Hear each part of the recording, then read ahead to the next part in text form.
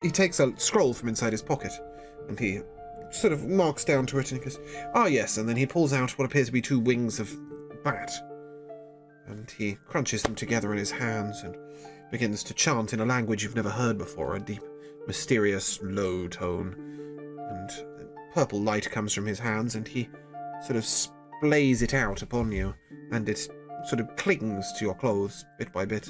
You feel a strange tingling warmth as it clings even to your undergarments.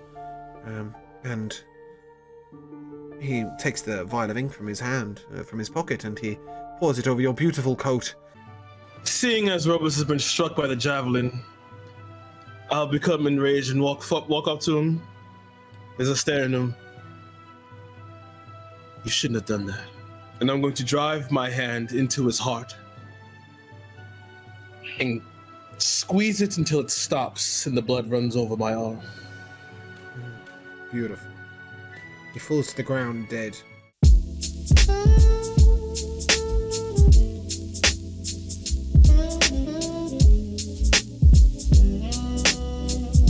Welcome to episode 3 of our 1 to 20 Drathnor Keep, which is in Eldessa.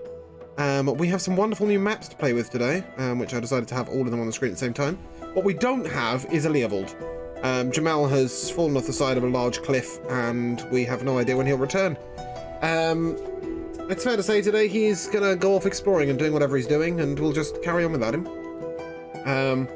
Yeah, we got. Oh well, we could say that he's training with Celine to. He's gonna go have his lesson with Celine. That's an epic idea. Alright, Jamal's Leovold is training with Celine to get his magic under control, and may he come back at level 3. So, we had last week a bit of a ghostly adventure, one might say. We spoke with a young half-elf ghost who was seeking her lover, Thomas. And you were told that the ring was upon... the ring that was holding her soul there was somewhere in the vicinity. You found this from a jeweler who was prospecting it. And Maldranik has laid her to rest. You also spoke to Maldranik about the fact that he was subsequently assassinated at your table. Strange shadowy assassins seem to be coming through from the Silent, who caught you a little bit by surprise. And Maldranik, having discovered you, or rather, Lord Bantus discovered Maverick in his room on behalf of a succubus demon, asked you to go and clear out a cave of some goblins nearby, and to retrieve some purple-looking mushrooms. And you are also... there are some beggars disappearing. You were asked to deliver some fish, if you get the time, to the for the Dusty Minstrel. And you were asked to perform a couple of mischievous tasks for Kelvar, who... but Maldranik asked that you first of all tell him whatever the tasks may be, or any other guardskeeper. Is that it? Is that sort of everything? Yeah, I think that might be it. So, we resume in the morning in the tavern of Mikhail's Tavern, which is the Regal Squire Inn. And just briefly, to show off Jogmum's hard work, we are currently in Drathnor Keep, which is over here. The Goblin Cave on your map was directed to be about here. That is about a 2-hour walk. And we also have a full-on Eldessa map, which shows Halgania in the centre, and many other places nearby. So credit to Dogmum, our graphics artist, well done you. But for now, we are in the Golden Horseshoe. No, we're not. Why is it called the Golden Horseshoe? We are in the Regal Squire Inn. I'm really sorry, I'm just totally not with it today. Take it away, guys. Take over.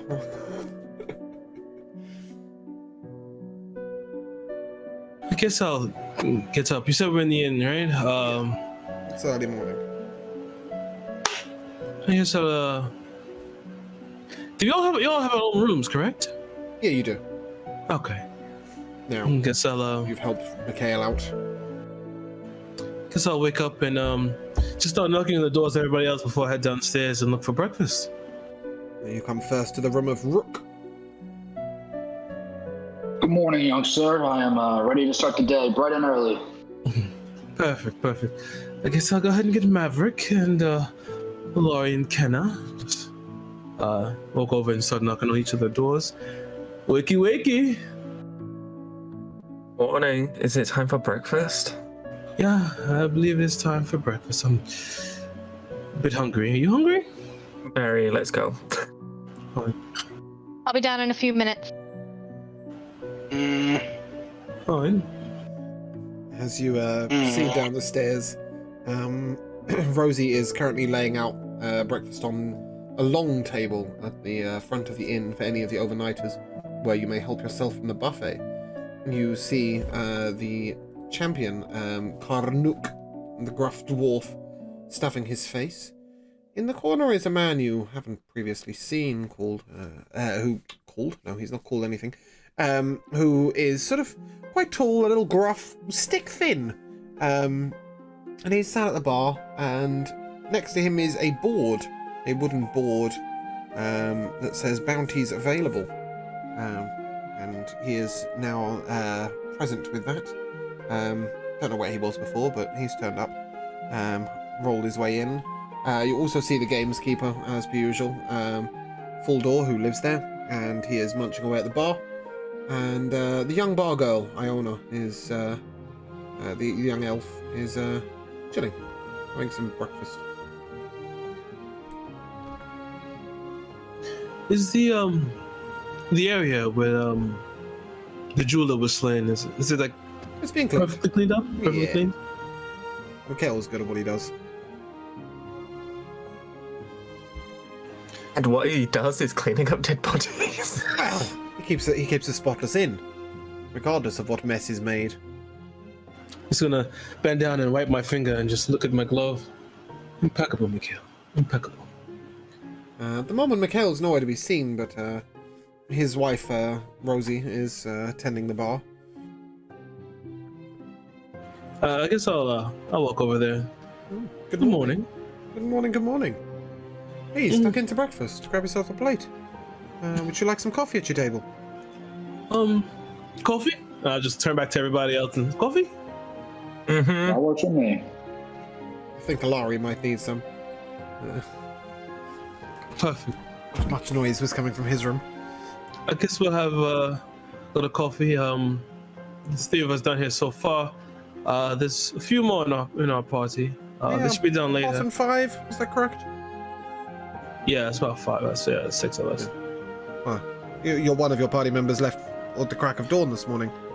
You left at the crack of dawn. Okay, I was gonna play that up, but never mind. No, All right, he's fucked right off. Okay. All right, so I was just like, yeah, 5. The other 2 should be done. Well, 1 actually should be done a bit later. Lovely. And she heads out back to get your coffee and sort of gestures towards a table in the corner where you can take a seat. It's like it's In my room before I come down, I just want to reach into my haversack and I'm going to pull out the objects which I have there, including the egg that I have. And I'm just going to examine and see It is warm to if the there's touch. if there are any signs of... Just a strange heat from within. Alright, after I examine it, I'll just put it back in the bag and I'll go down and join the others.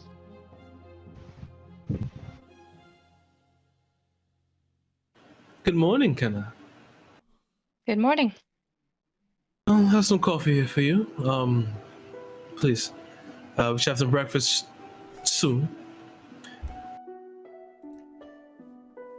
We'll need our strength today if we're going to be killing goblins and reacquiring these mushrooms. Wasn't there mention of shopping? That too. I have not forgotten. We have not forgotten. Yeah, we should probably go in prepared. Oh, Goblins are not. They can be feisty little things. yeah. I would like to go back to my room. Well, my home. So I can actually change if we're going to be fighting goblins. I don't want any blood on my clothes. Of course. Yes, why you're sleeping at the inn, no one is quite sure, but it pays to keep a team together. As you are all breakfasting, I am going to just run to the window. It is freezing in here.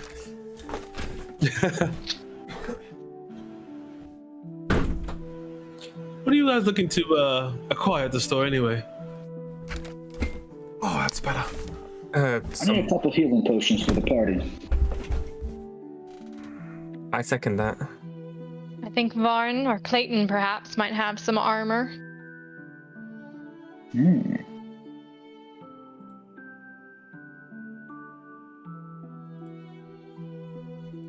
Alari's going to slink out of his room and join the group around now. What are we killing today? Good morning, Alari. Morning. Oh, God. It is killing me. I'm just gonna hold up a tankard. It's like, I have something for you. Clink, clink, clink. Thank you. And I will take the tankard and I will pour a little bit into my coffee and I'll drink both. Hey, perfect. Little hair of the dog. It's the only thing to live for. Oh dear. Did someone say they were going back to the keep? I need to water my pants. Hey, I am. I have to change out of my luxurious vestments. I don't want goblin blood on it. Fair. Well, then I'll accompany you. Perfect. I'm going to turn to Rosalind is her name, right? No, just Rosie. No, Rosie, yeah. Rosie. Where's Mikhail this morning? He's having a late morning. A bit of a lie-in. I think he's he spent half the night cleaning. Ah, yes, that. Well, I'm awfully sorry about that. Sorry, I can't contain myself. I'm sure Alari said he needs to water his pants. That's completely just blown my mind. It's just absolutely cracked me up. Anyway, so as you are breakfasting on your fine, there's omelettes and eggs and sausages and bacon and pancakes and all sorts of other delicacies in the Regal Squire Inn. Bowls upon bowls of fruit and pastries and everything you can imagine. Get to fill up, and suddenly with an overly loud voice in the corner, Ullman sort of pipes up, "Bounties are up!" And you now look up to see that there are 3 sort of parchments pinned to the bounty board. Anyone to check as and when. I look up and just... It's so early. They have to be so loud. Oh, I don't really know how to be anything but. Apologies. You remind me of a barbarian gnome. I heard something about him a long time ago, and you remind me of him. But I'm not a barbarian myself. I'm a ranger. Forester. you could have fooled me with that voice. Well, there's no need to talk to the animals. So what's on the board? In a slightly quieter voice, because that's tiring. He says, we've got some bandits on the road to Telluria. We have some satyrs causing havoc in the local forest. And Farmer McGee's house, there's been some strange drama going on nearby. A couple of people been disappearing. Some trees have been chopped down and set aflame. And whenever anybody's visited his house, nobody's been allowed in. Sorry, what did you say the second one was? There are some satyrs causing havoc. Or for those Americans, it's satyrs. But we call them satyrs. In case you're wondering what the fuck a satyr is. Dexter's. Interesting.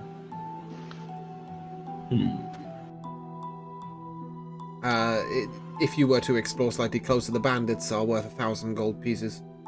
The satyrs are worth 500 gold pieces. And Farmer McGee's house, it says reward unknown. No, that's satire, not satyr.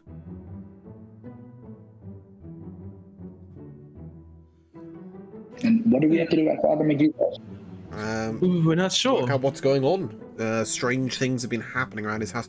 Farmer McGee's house is not far outside of the town itself. Excuse me, I'm about to sneeze. In fact, if you were to head to the goblins, you would be passing them his house. It's only a short way out of town. He has a little bit of land. How Keeps much do pigs. these bounties pay? 1,000 gold pieces for the bandits, 500 gold pieces for the satyrs, an unknown reward for Farmer McGee's house. Pay the farmer a visit. Be the neighborly thing to do. We can make a couple stops on the way out to the cave. I'm fine with that. There's so much to do. But I guess our first thing to do would be to head to the shop. Yes, well, now we don't have to wait for Leovold to finish his sentences. You should have plenty of time.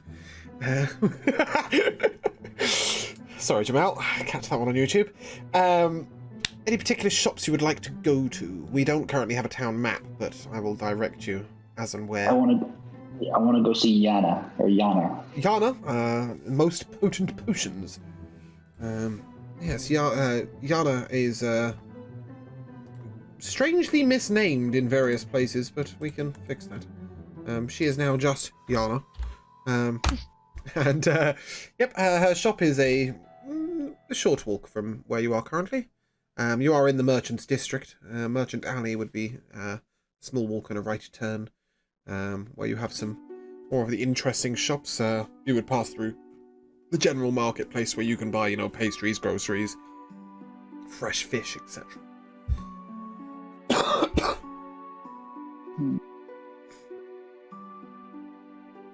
Does that work with you guys? To go over to Yana's shop? I'm fine We with can that. stop there. I'd like to go to Varn's as well. You may wish to stop by Perfect Forgery on the way unless you wish to do strange zigzagging. The first shop you come to will be Perfect Forgery, where Clayton and Varna. The second shop will be Olgar's General Store, and the third would be Most Potent Potions. Yes. I would like to stop at Olgar, so, when it comes to me, I'll be fine. Okay. The first store you come upon is Perfect Forgery. There is a big sign of a hammer and anvil above the door.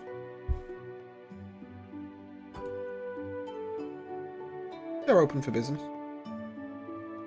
All right, I go in. Oh, welcome in, welcome in. Very distinguished looking gentleman, but with very large arms. Stands in front of you, and in the corner stands a slightly gawping fella. Jaws too big for his face, arms too big for his body, looking a bit dazed in the corner. It's good to see you again. This is Clayton speaking to you. What can I do for you? Hello, Clayton. I was hoping I could speak with Varn about some armor.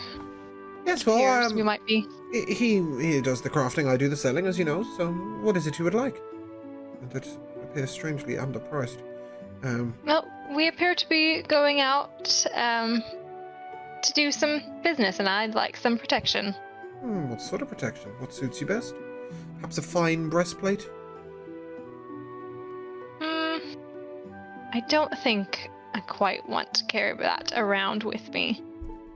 How about this? And I point at the studded leather +1. Yes, why, and of course, that is 450 gold pieces. I hand it over. Fabulous, and may it be yours. A pleasure, a pleasure. Thank you very much. Can I do anything for any of the others of you? Nothing for me, thank you. I'm good for now.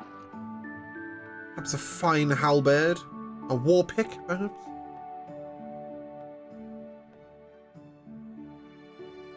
Well, if that's all. Pleasure doing business with you. Thank you. Sorry, quick question. Yeah. So, Clayton and... Wait. Clayton and Varn. Yeah, they're in the same shop, but they Yeah. sell two different things. Clayton does all the trading, but he is the weapons maker, and Varn is the armor smith. Right. So we talk to him regardless. Yeah, it's Okay. mostly for the convenience of keeping the two lists separate. Okay. It's pretty much the only reason why that's a thing.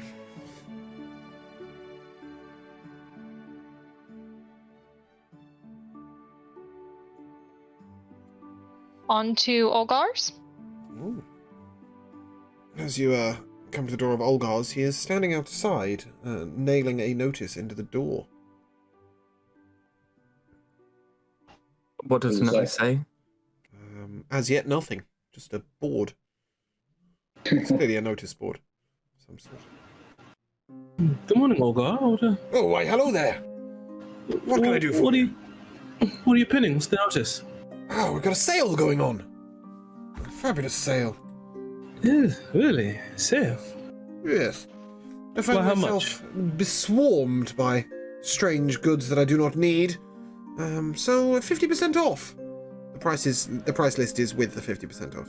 Oh, okay. Well, that is amazing. Man can have too many crowbars, you know? You're right. You are right. What are you going to do with all those crowbars, right? I have no idea. Recently a man came by asking to sell me 40 hourglasses. I don't quite know what to do with them. But they're all available. Only 5 silver pieces, I tell you. Complete bargain.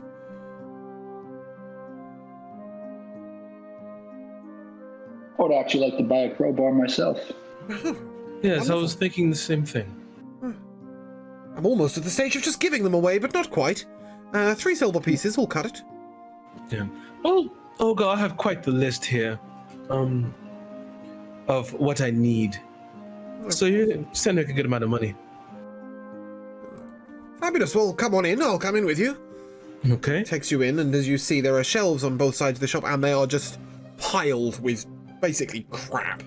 There is just like, there's a pick sort of on top of an iron pot with a merchant scale balancing over the edge. There's 25 bars of soap in another barrel in the corner. There is a strange lamp that is currently lit, that is hooded, but strangely, you know, it's a sort of metal overflow, and that's on top of a barrel that's on top of a blanket, with a glass bottle sort of perched awkwardly on the side.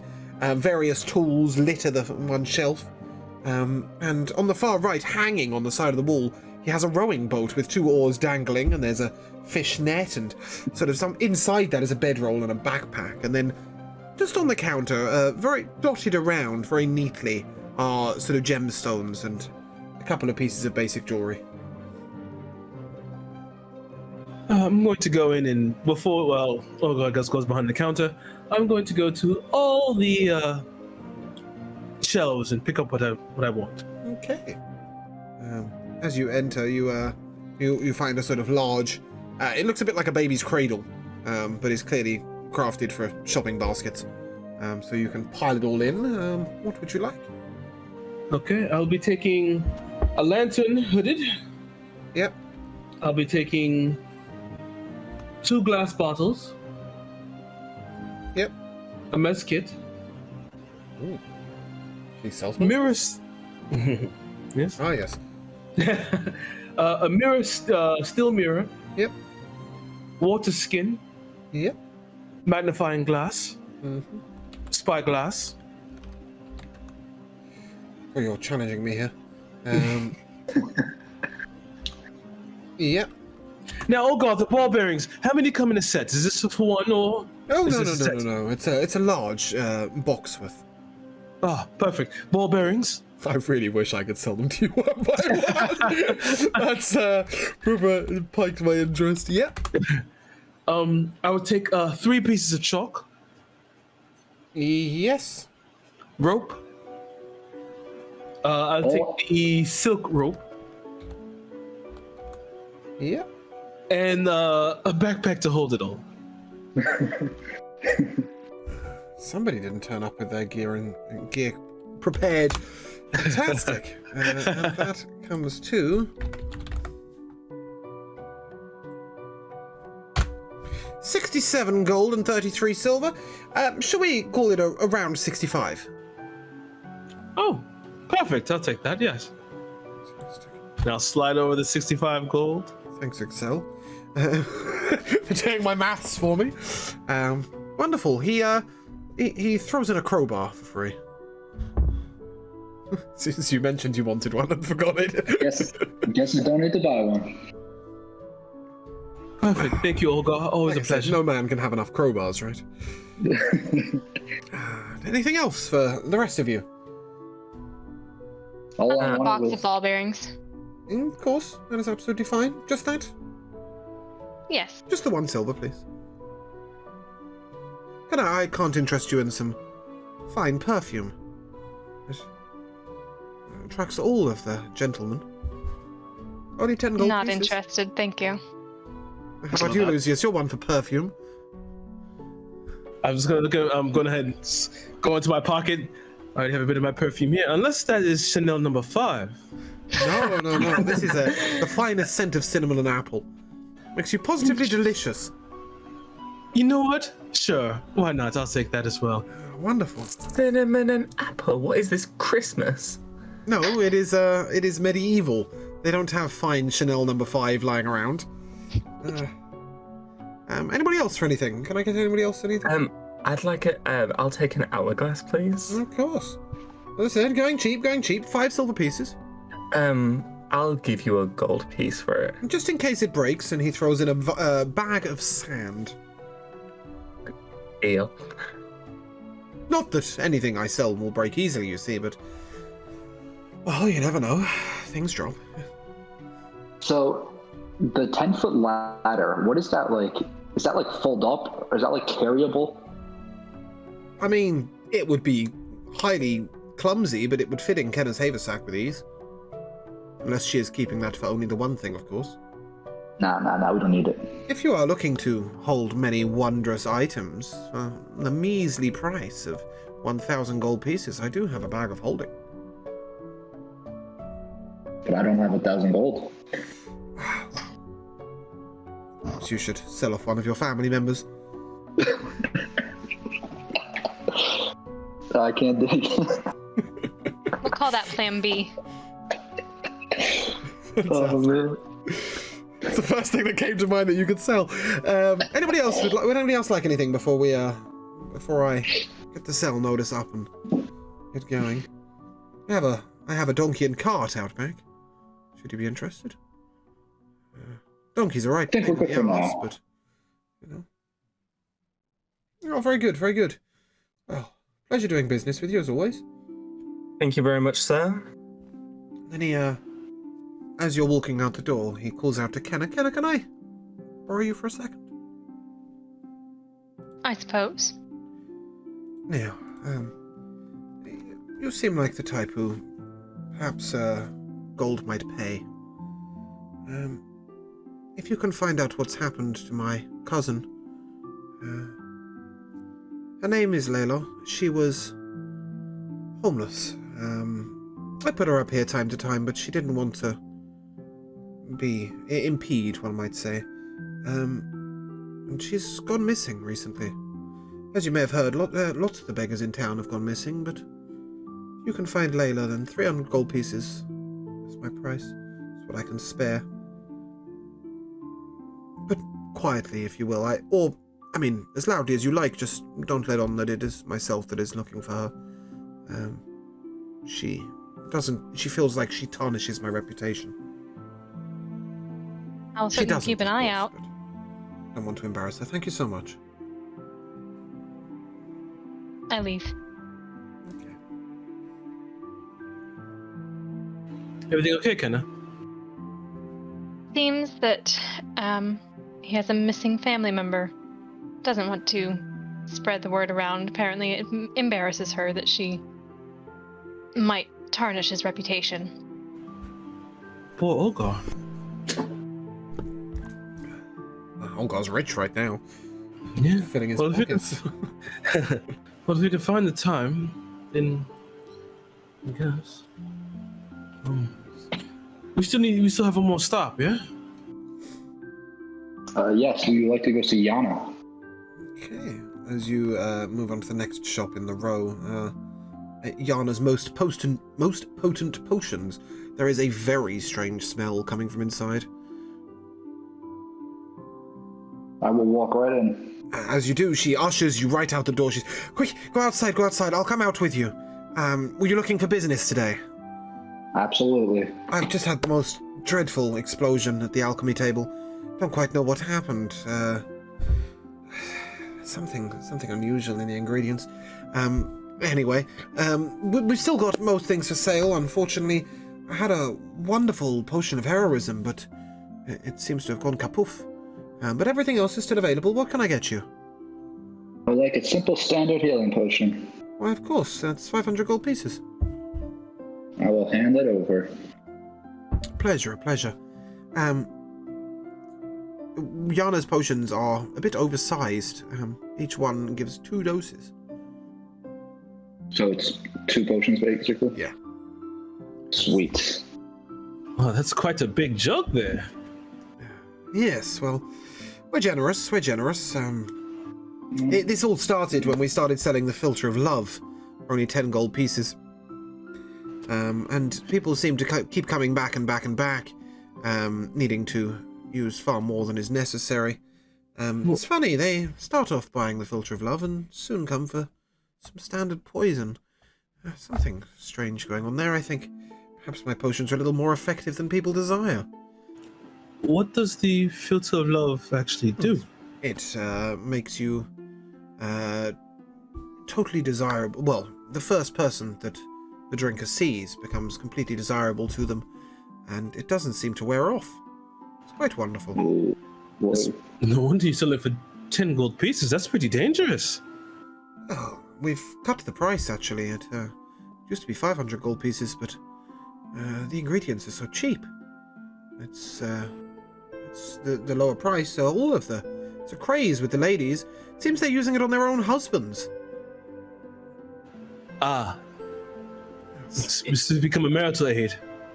Yes, it not only makes you completely desirable, but seems to have an effect on the gentleman too, if you know what I mean.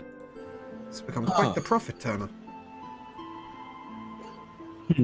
Oh, alas. I'm sorry for the explosion inside. Is there anything else I can do for anyone? Yes, Yana, I have a few items I want to procure from you. Money have you got? Carry on, as you want. It's just, where is this gold coming from? I would like a potion of water breathing. Of course. Plenty cheap, those. Only the 5 gold pieces. Animal friendship. Yes. Just beware with the animal friendship. Like the Filter of Love, it seems to be slightly more effective than you may wish. If you don't wish for a pet rabbit, then perhaps lay off. If you catch my drift. I see. As long as it doesn't try to me, then should be fine. No. It's not quite that effective, but one of our druidic friends has currently got a bear that's been following him for the last 28 days. Won't leave him alone. Old Bluster seems a friendly type, but makes it very difficult to go shopping, if you catch my drift. Regardless, anyway, just be careful with it. That's another 3 gold pieces, please. Thank you. Yes, no problem. And now, I'll take one of those Filters of Love. Oh, do be careful. Don't get those potions confused. Fantastic. Yes, and that one will be another 10 gold pieces. Thank you very much. No problem. Fantastic. Have a good day to you, Lucius. You too, Yana. Oh, anything for anyone else? No, thank you. How about you, Rook? You see a lot of battle. I just spent all my gold on the potion. I'm running a little dry. Very well. No potion of growth for you today. Well, fantastic. Do have a good day.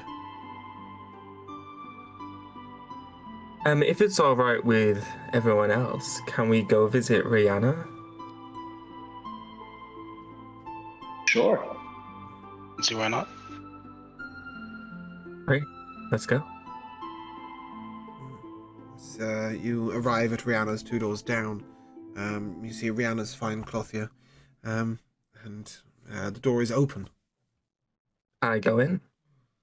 Oh, wonderful! What can I do for you, Maverick? Hello, I'd like some clothes, please. Yes, of course. Tailor-made, or something we have in stock? Tailored, if that's quite all right. Of course, it'll be Nice a day's to- wait. Oh, thank you. There's no problem, I'm not in any rush. Of course, what can I make for you? She takes out a little notebook and sort of ink quill. I'd like a suit, please. Why, of course. Any particular colour take your fancy? Black. Sort of the darkest black. Shirt to go with that? Yes, please. Black suit, white shirt with white embellishments. Oh, fabulous. You will look very dapper. You'll need a pair of shoes to go with that. I will indeed, yes. The Hey. finest black leather, please. It'll come to a total of 20 gold pieces. Is that amenable to you? That is perfectly fine. Wonderful, wonderful. And she takes a note down. That is a suit, black, white embellish, white shirt, shoes. Fantastic. They'll be ready for you in the morning. Thank you very much. Have a good day. And then I walk out. Wonderful. Oh, I will. I'll also go in. Ah, Kenna, what can I do for you? Perhaps a ball gown for the upcoming ball. Yes, I think so. Fabulous. Well, silver's in this year, but I would say perhaps you might wish to look a little different. Perhaps exaggerate your wonderful features. Did you have a particular colour in mind? I do. I think a nice turquoise blue. Oh, wonderful. And she holds up one of her colour patches that is sort of almost the exact meeting of blue and green and says, will this do for you? Yes, maybe some darker accent. Why, of course, why, of course. The ball is in 3 days, so would you like to collect it in the morning or would you like to collect it on the day of the ball? I'm not sure when we'll be back in town, but I will definitely collect it before the ball. Wonderful, wonderful. That'll come to a total of 4 gold pieces, please. Here you go. Can I get anything for anyone else? Is anybody else attending the ball? I am. I have a... Why, of course, my most frequent customer. What can I get you? Yes. Truthfully, Rihanna, I'll have to get back to you on that. I want something quite special for the ball. I do have something out the back that might interest you. Let me go and get it for you. I had a gentleman like yourself in mind when I crafted it. She goes out the back and she comes back with a floor-length black cape with a sort of mantle of silver across the front. And she says, and this is no ordinary cape. It's just... Do tell. Well, you see, and she places it around herself and it billows on its own. Behind her. This is what I call the cloak of billowing. Gives quite a dramatic effect. It is a mere 50 gold pieces, should you be interested. Rihanna, you've been a busy little bee. Yes. Well, You know what? we have the new apprentices, so we have to play. Yes. You know what? I do definitely love to uplift the younger ones. You know what? I'll take that cloak of billowing, most definitely. Thought you might. Well, here you go, and she sort of folds it up for you and hands it over. Thank you. I'm going to give her 55 gold. And to just run you dry of gold. I don't know how you've got all of this. 55 gold. For I think reference, it's my party started with 50 gold pieces. Lucia started with about 6,000. She seemed to have an endless wallet. Yes, careful spending, of course. The thrift-worthy. I am a lord of my own house. This much is true. Perhaps you'll be selling the house sometime soon to purchase your clothing. I'm going to throw the cloak on and just simply walk outside. Oh, of course. Fabulous, fabulous. And, what about you, Brother Alari? Something a little more refined for yourself? Appreciate it, but luckily when you're a priest of a far-off cult, they really only expect you to wear the vestments to social situations. Well, of course, but I have a beautiful pair of shoes that click and clack on demand and go silent on demand. Listening. Yeah. It's just your standard, they look like your standard boots. We can have them in brown or black, and if you simply will them, they will either click loudly as you will, even across the softest of carpets, or be silent even upon the hardest of paths. I suppose they may have their use in a more roguish situation, but I personally like the click-clack as they walk across the plush velvet floors of the keep, you know. Quite the effect, and only 25 gold pieces. Delightfully frivolous. I will absolutely pay for them. Wonderful, wonderful. A pleasure doing business with you. Just gonna pop in Alari, my man, perfect. Perfect. So, And that Rook, seems like them. perhaps I can interest you in something a little surprising. Another one of our magical gifts. What do you got? Well, you see, I don't mean to be rude, but occasionally I have seen some of the younger nobles being a little nasty towards you. And this fine tunic here will simply encourage them to be a little more gentle towards you. Think they'll like me more? Everybody will like you more in this tunic. How much does it cost? It's 120 gold pieces. It bestows a +1 bonus to charisma for you. What about I let you make a deal and bargain it down to 102 gold? Call it a round 100. Consider it a favor. Round 100. There's one. Alright, then, have you forgotten to add your gold when everybody else has? Because you should have a lot more to spare, or do you have more to spare? You're just making a hard bargain. I spent 500 on the potion, so I only have 102 left. Yes, of course, the 500 gold healing potion. A problem. Yeah. Yes, okay, well, yes, that's perfect. Well, I hope you enjoy it. I will Thank you very much. add a different item to your inventory. It says shirt, but shirt, tunic. What's the diff? It also says that it has some magical properties, but you may need to wait a little while before those become available to you. Sounds good. Thank you.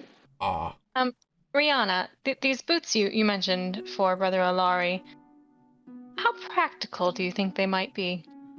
Very practical. No, not one for the fine ladies. Were you considering using them for, being on the quiet side? It sounds rather useful. Well, I could sell you those, but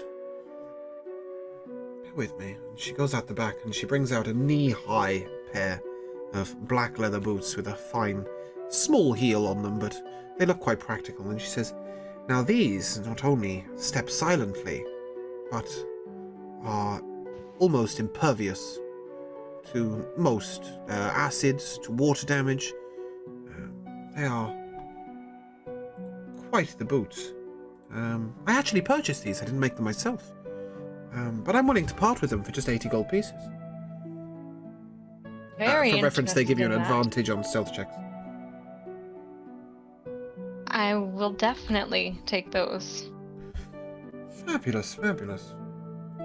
I've added the shirt to your inventory, Rook, but right now you cannot use all of its effects. Alright. And, sorry, that was Kenner, is that correct? Yes. Let's grab up your... I'm trying to remember exactly what these are called.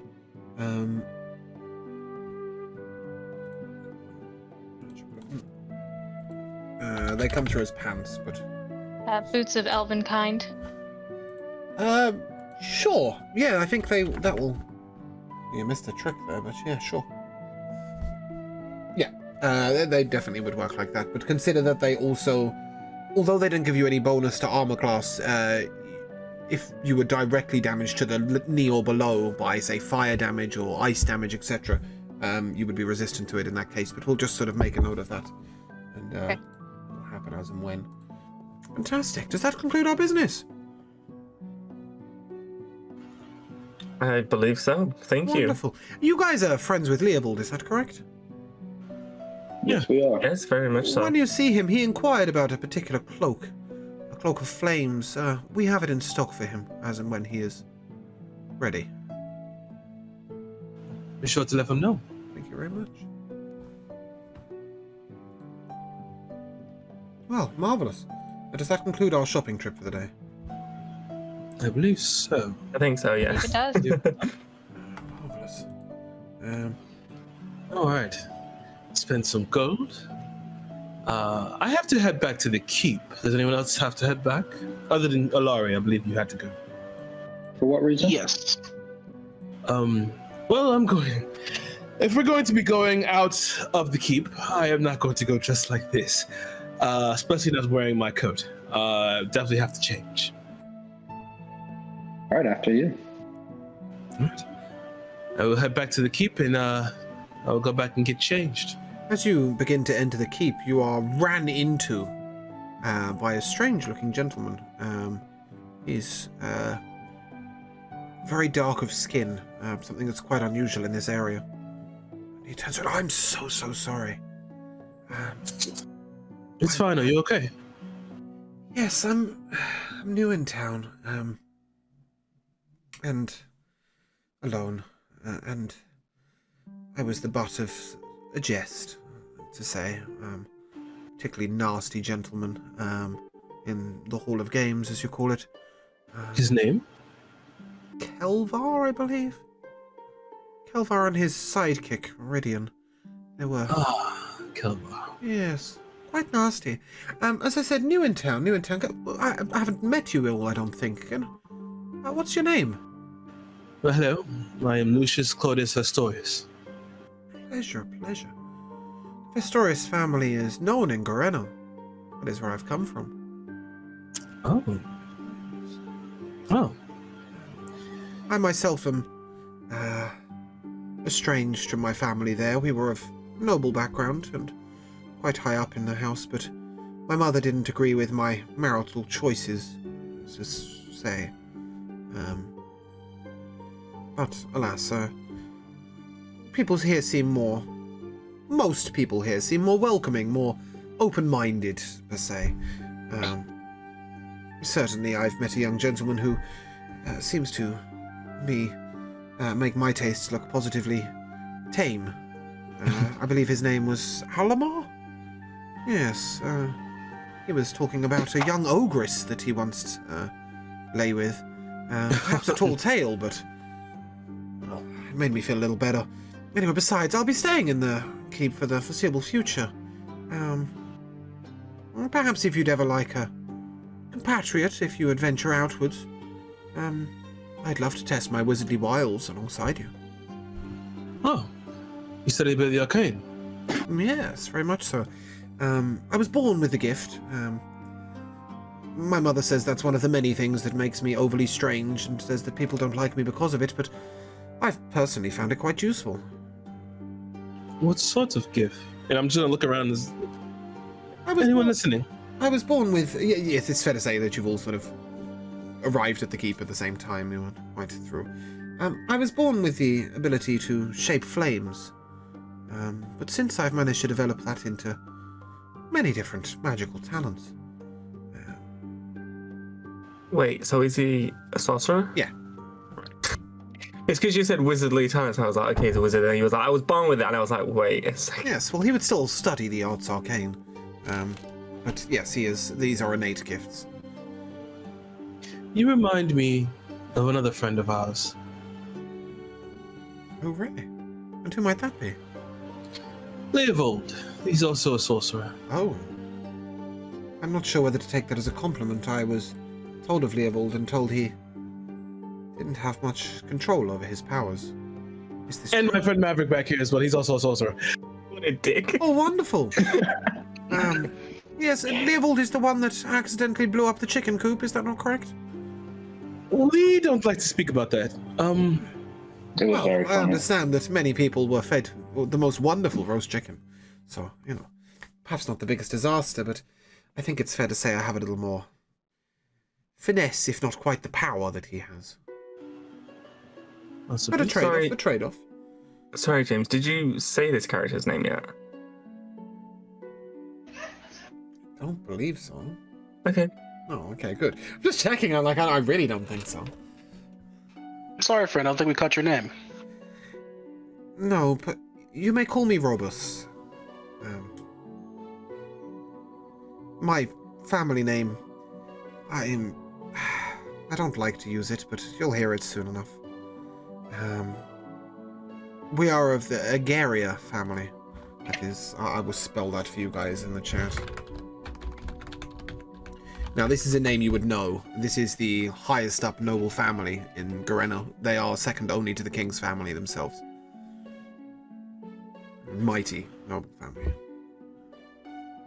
But as I said, estranged and not friendly with. Looking to make a name for myself, as yet to take a family crest, I'm waiting for Lord Bantus's permission to take local land of my own. But in the meantime, I have been assisting his unusual diplomat in some arcane assistance.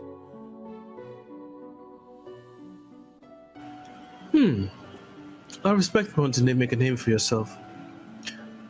I'm going to look at everybody else. Do you want to take him with us today? It wouldn't hurt. The more the merrier.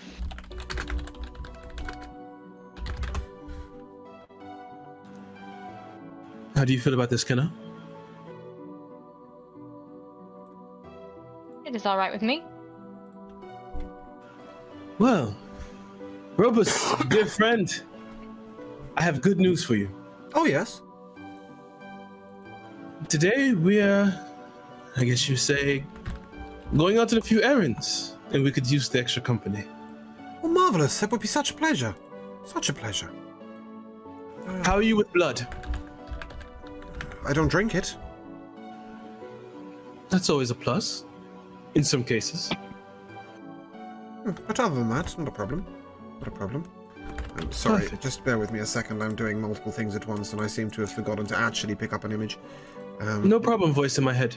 Yes, I'm just letting you guys know that Robus will be appearing on the screen shortly.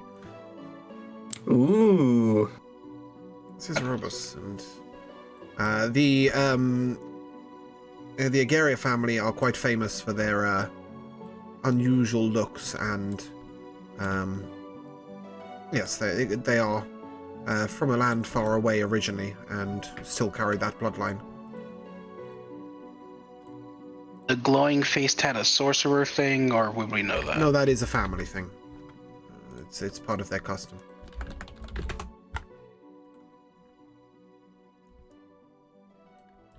Well, Robus, I'm going to return to my room for a short while. I'm going to change out of this and then get to something proper for the day.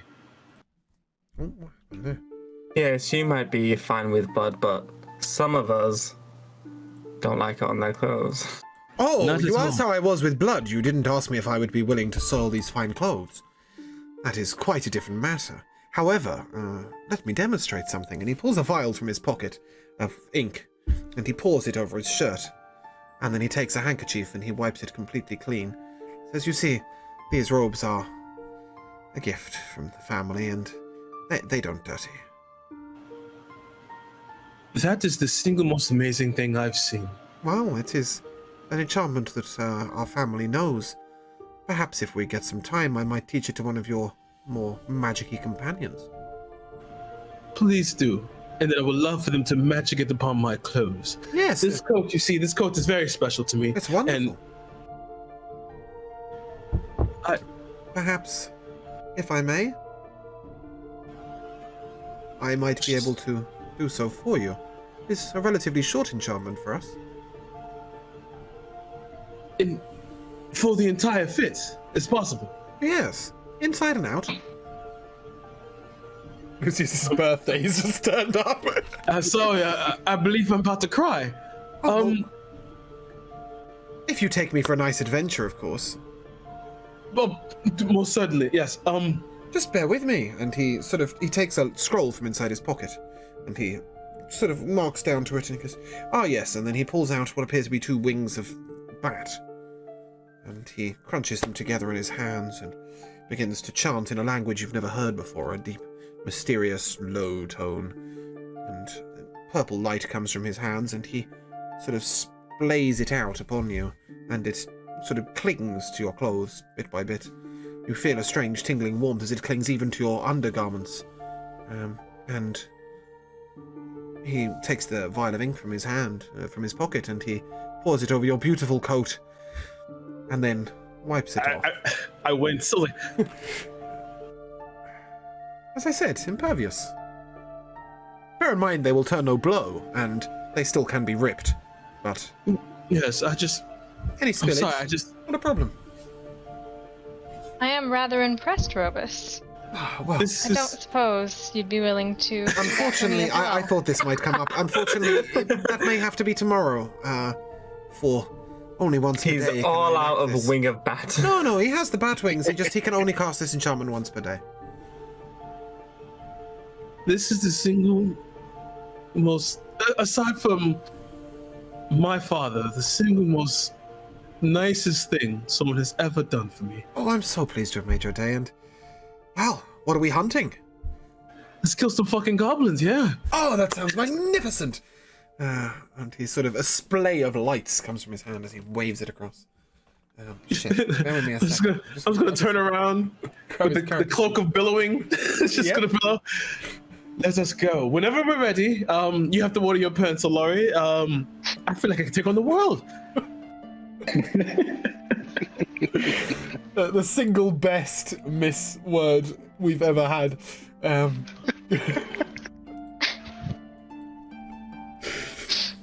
Okay, just bear with me a second, and we shall pull him up on the screen. Oh, what happened there?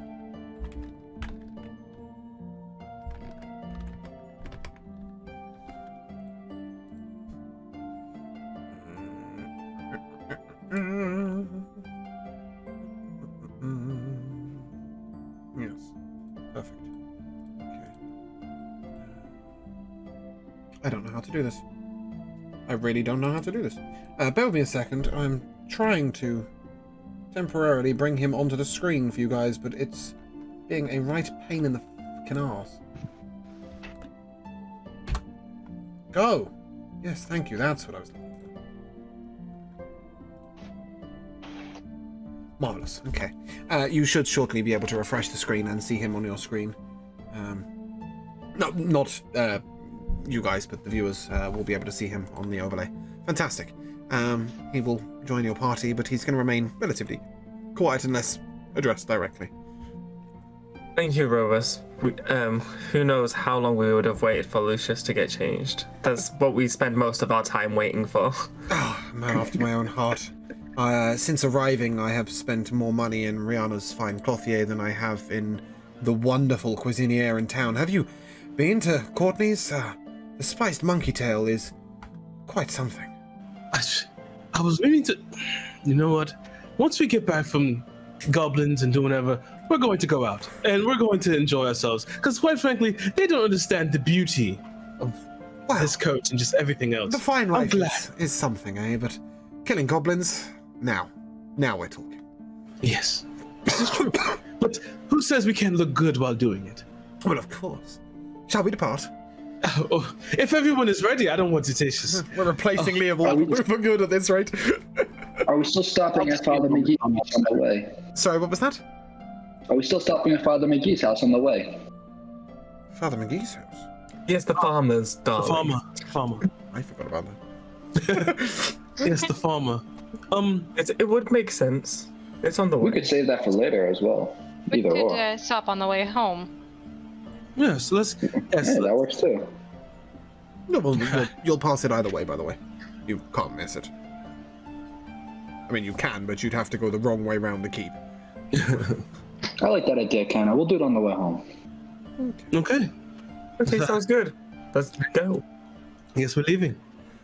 Fabulous. Okay. You progress through the town, and various people leaving and coming and going and stuff, and the guards at the gate stop you briefly. Will you be departing overnight? Don't believe so. But Fabulous. We'll expect you back this evening if we don't... would you like us to send anyone after you if we don't see you by this evening? We can manage. it will be Very good, fine. very good. I'll put a note out. I'll give you 3 days. If we don't see you in 3 days, somebody will come searching. It's just there's been disappearances of late outside the town. And there are known to be some bandits on the road, so please do be careful. Have you all brought your weapons? Of course. Fabulous. Just tighten my gloves. Always. Well, have an excellent day. I never used the thing, but I'm bringing the spear, I suppose. As you depart the keep, you would take an immediate left to head towards the cave where the marker on your map, which is sort of slightly into the forest.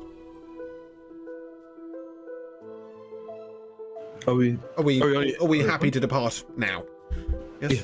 Okay, fabulous. Yeah, it's time to fast travel. You come upon the cobblestones of the road headed south, but shortly you must take a left.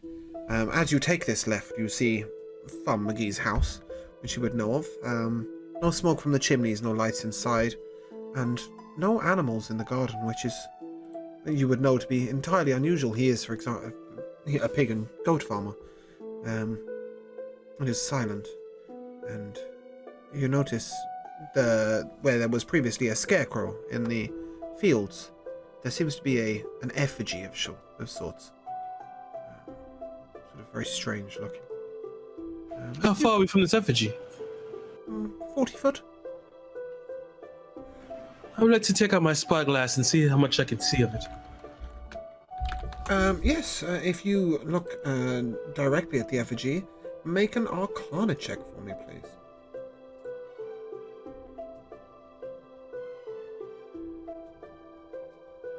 That's a 9. I know nothing. No, nothing you do. You recognize it to be perhaps demonic, but nothing more you would know. If I took a look, Make an Arcana check for me, please. I'll hand Larry the spyglass. Okay.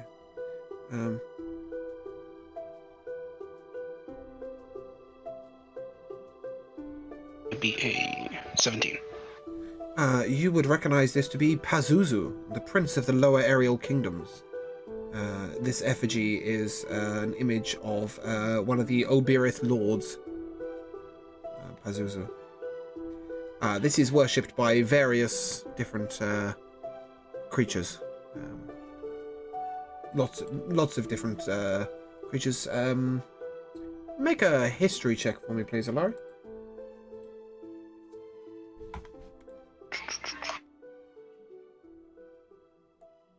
It's an 18. It's fair to say that you would know that this is worshipped by many lesser demons. And some monsters of the material plane as well. The Cyclops, for example, worships this. Various other sort of evil beings, but minor evil beings. This is a sort of it's not the sort to be worshipped by, higher up beings, but small mischievous creatures, it is fair to say. It's fairly concerning. We would know. Was there who lives in the house? Is it just Farmer McGee and his McGee wife? And his wife. Yes. The McGees, it's fair to say. Temperature check. Do we feel like this is maybe important? Do you want to take care of this right now? I admit I do have some concern. So do We I. are here. I guess we're going to go say hello.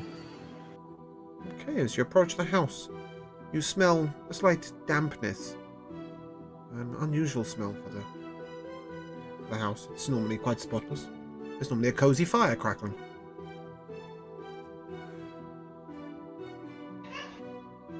I go up to the door and knock on it. Okay. Shortly afterwards, Farmer McGee comes to the door. Well, good day, good day. We had no plans for visitors today. Can I help you? Do you often plan for visitors? Normally, yes. We would cook in advance. Make sure that there is, a pot on the hob. What can I do for you? It's good to meet you, Farmer. I had a question about a bit of the decor. We've met before, have we not? I believe that we have. Seen you around town, certainly. You're the priesty dude, right? That is true. Olus? Olar? Ofar? Ogar? What was your Definitely, name, sorry? was definitely Ogar. Ogar. Good to meet you. You brought your friend. You too. You questions about the decor, you say? What sort of? Yes, just seemed as if there was we just happened to notice it as we were coming up. There was an effigy to a demon. Oh, the new Pretty close. scarecrow. Very effective, that. I've had no animals come Scarecrow. within miles. Yes. Animals come within miles. Kept the crows at bay. You look over, I but the think it's crops keeping more than that the at bay. crops It's are probably inviting a dead. few more things in. As you look over, you realize the crops are dead. Well, while he's talking to to Brother Laurie, can I look him over? How does he look? Exactly like Farmer McGee. Oh shit. Sorry. But he doesn't look ragged or anything. He looks clean kempt, or Yeah, fairly well kept. I'm gonna go to the side of the house. Are there any windows? Yep. Can I just kind of peek in, see if anything looks amiss inside? Make a perception check for me, please. 25. Well, you can see the writing on the walls, as so to speak. The bed is unmade. There are some clothes on the floor, and there appears to be no lighting. Nothing's cooking. Unusual for their house, but other than that, it is definitely Farmer McGee's house, and there's no strange hanging demons from the wall or anything. Gonna kind of walk back and try to catch as many eyes as I can in the party and just kind of shake my head that something seems wrong. Yeah, Maybe- you all right? I'd really like to come in, just check up on you. It seems that you might be in a bit of distress. Oh no, we're not taking visitors today. Very busy, very busy. Plenty to do. Gotta I'm keep It was sorry, really Farmer. kind of a question. It was more, we're coming inside. Make a persuasion check, please.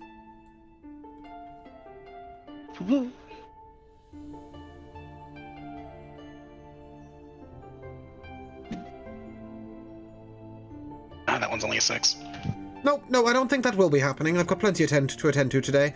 But thank you for stopping by. Most appreciated. And he shuts the door forcefully in your face. Wait, can I interrupt it? Oh, You can try. Yeah, I want to slam my hand against the door to stop it. Make a strength check for me, please.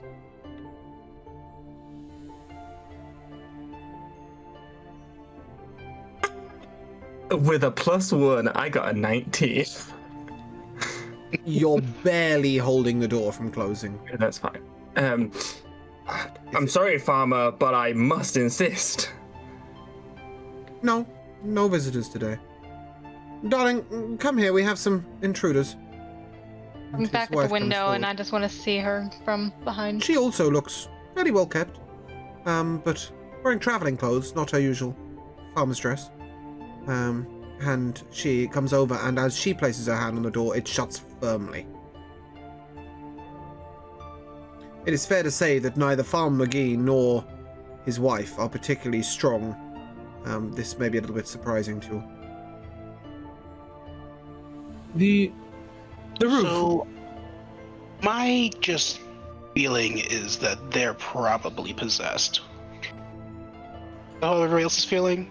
Well, yeah. Unnatural strength, dead crops, no animals, demon scarecrow in the back garden. It's the tale as old as time. I'm Possibly. still beside the window. Do I hear anything? Are they talking? No, absolute silence. Perhaps some of us who are a little bit quieter could maybe circle around back, and the rest of us maybe get ready. Yes. Can I go around the back of the house? Is there another entrance at all? No, it's just a single door. But Was the window? you could try the window. Also try the chimney. Yeah, I was gonna ask the roof. What's it like? Is it like hay thatching, or is it Thatching, like... yes.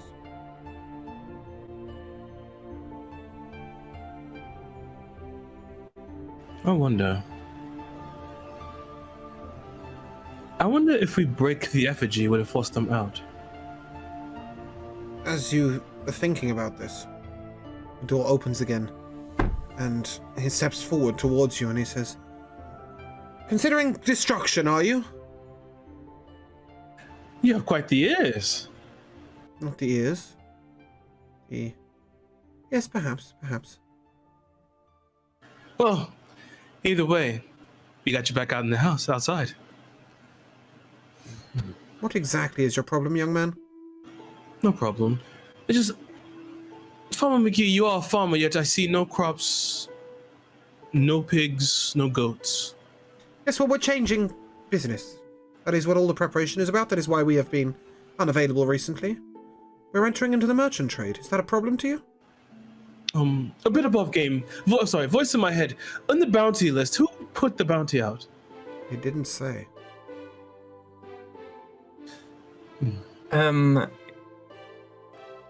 Farmer McGee needs to make a strength check. I mean, a strength save, sorry.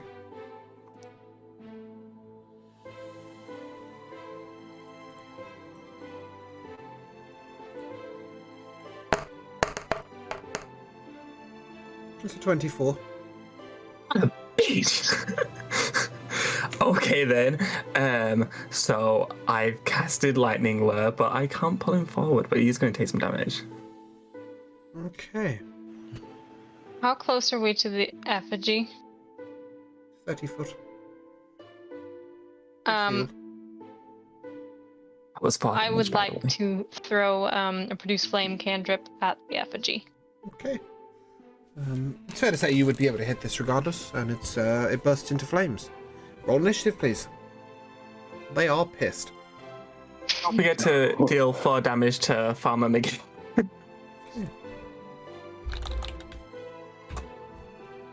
Wish I had taken detect good and evil and not protection. We might need it soon. 9 for initiative. Sorry, just bear with me a second. I'm just waiting for it to load up. There we go. Kenny, your initiative, please. Natural 20 for 24. Oh, crit initiative. Lovely. Remind me of that in a second. Lucius. 18. Oh, that's a minus 18. How have I even done that? Brother Alari? Initiative?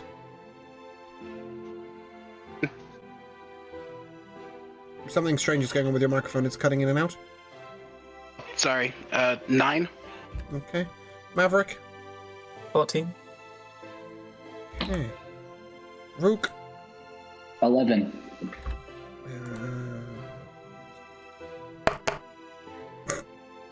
Right. It's fair to say that Robus will be going last. What kind of strength is that? That is crazy. Yes. It is. So, we start with Farmer McGee taking 4 points of shocking damage. And as you are he charges towards you, through the window dives his wife. She comes to a roll on the floor and she stands before you with her fists raised. Are they old people? Yes. They're early 50s. Kenna, you're up.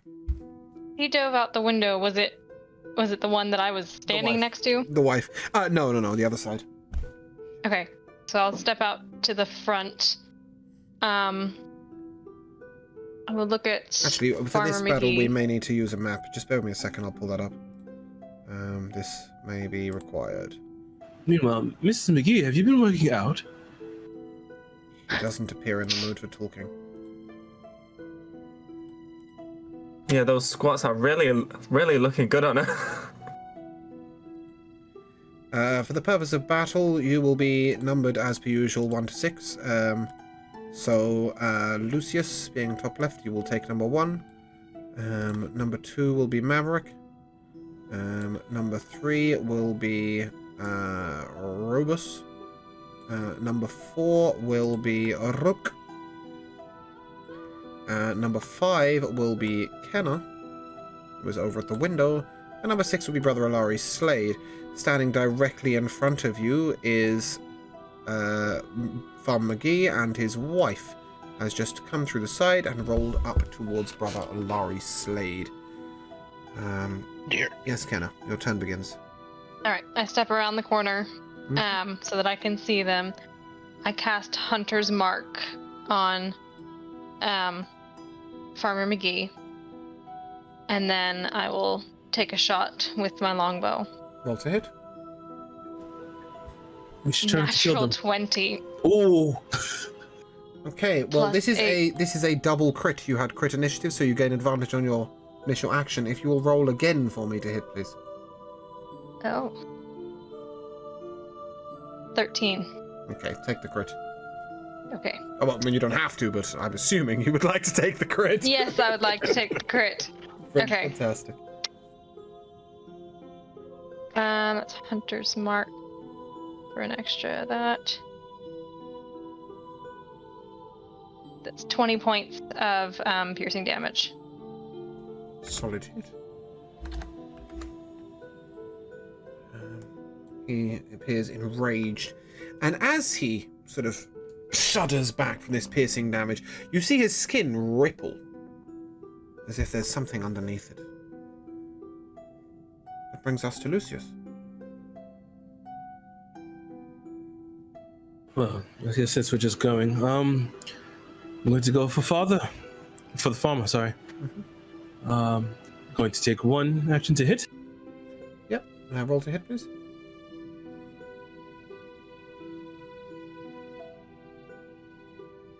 And that 20 for 30.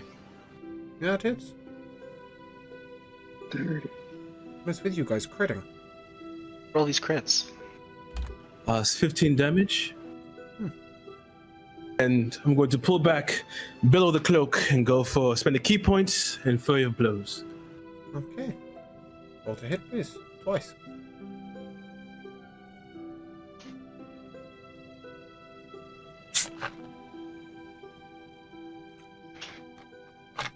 That hits. 20.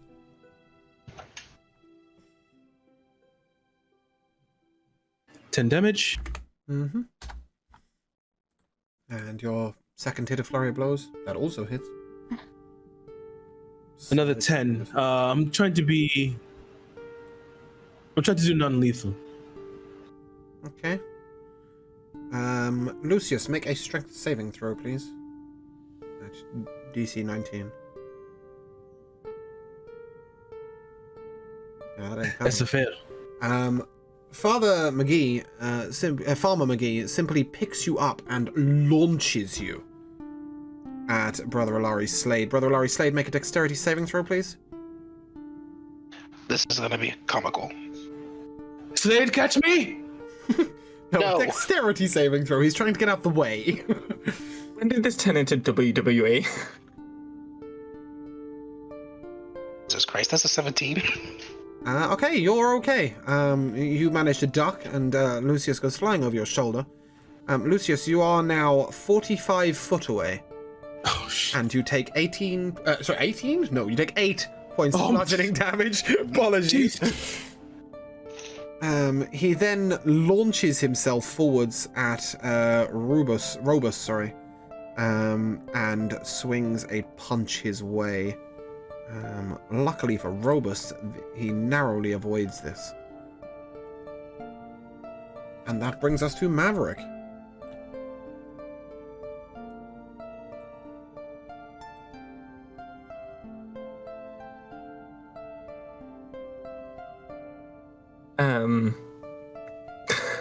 Okay, I'd like to move away. What a sensible decision, sir. Like downwards, and I'll go next to Kenna. Yeah. And I will cast Chaos Bolt at Farmer McGee. Okay, roll to hit, please.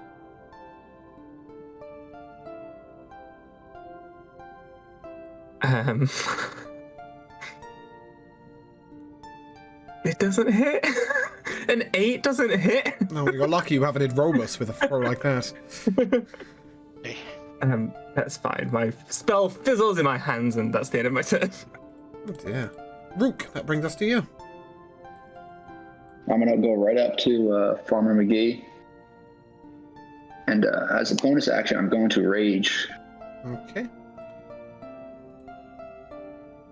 As I'm standing next to him, is there anything about him I can see that's out of the ordinary? Only that his skin Or is is- still rippling, as if it doesn't... As if there's something underneath, you know?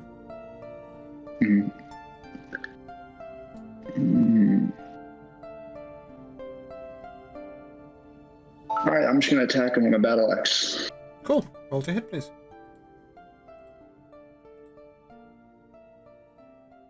So 19 for... That hits.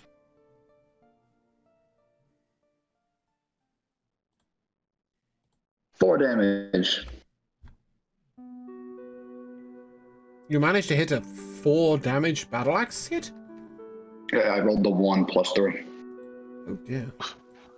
Apologies. Yep. Okay. And does that conclude your turn? Yes. That brings us to Brother Alari Slade. Afraid you'd say that. Okay, so nobody looks hurt, so... Ow. Lucius is coughing loudly in the corner. She's been thrown 45 foot across the hill through a Sorry, I couldn't fence. see what they back there. How does my cloak look? Absolutely bedazzling. Oh, perfect. Oh, shit. There, I'm going to just take like a disengage backwards away from the good Miss Farmer McGee. Probably like closer to Rook. What's your armor And class, I'm please? going to. My armor class Mm-hmm. is 13. Okay, you are hit for 8 points of damage as you back away from an opportunity attack. Oh. She had rolled right up to your feet. Okay.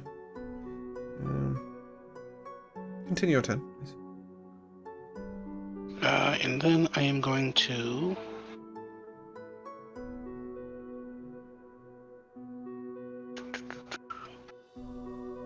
I'm going to cast a healing word onto Lucius.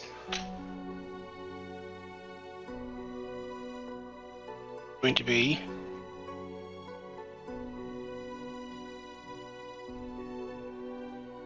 Remember, things are running slow. 6 points of health. Oh, thank you, Slade. Mm-hmm. I'd do more, but they don't seem to be undead. I think they might be fiends. Yep. Kinda got that. Good luck, everyone. I hope we don't die. Does that conclude your turn? That would be ideal. Okay. The farmer's wife draws what appears to be a cleaver that she was carving meat with from her sort of hip, and she launches it at Rook. Rook, your armor class is less than 17, I assume. Yeah, it's 15. Yeah, you've taken a cleaver to the shoulder, sir. Dealing 9 damage.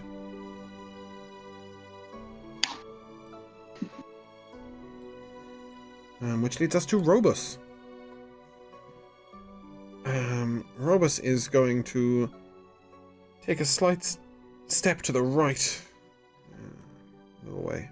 Just slightly to the right. So as not to hit you. And he is going to launch a ray of fire towards the Farmer McGee, dealing 7 damage.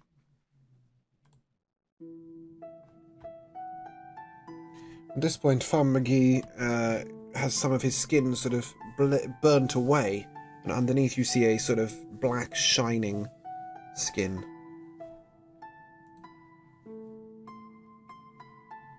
Must have made of pure black muscle. It's fair to say that he looks very wounded. And that leads us to Kenna. Deciding that he's probably not a possessed Farmer McGee, I'm just going to shoot at him, not non-lethally. Very good. Roll to hit, please. That's 9 plus that's 17. That To hits.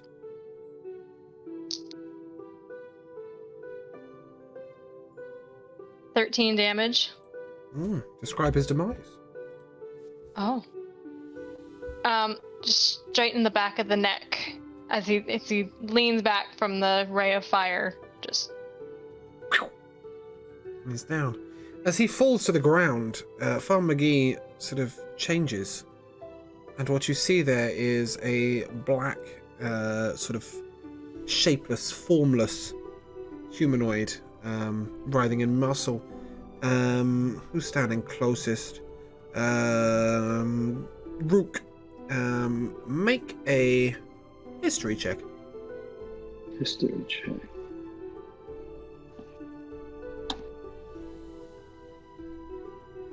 Nat 20, 23. This is a doppelganger. Oh. It is safe to say that his wife is probably the same. Which means they are somewhere else. My bonus action move my mark to the wife. Okay. And does that conclude your turn? Yes. Lucius, that brings us to you. Don't hold back. That's not the real. I'm not sure he can do anything from the range he's at. Unless he has 45 movement speed, sadly. I'm going to use my face step to teleport for the bonus action for 30 feet. That's cool. And then I'm going to walk another 10 feet up. And then I will just take my unarmed strike. Lovely, roll to hit, please.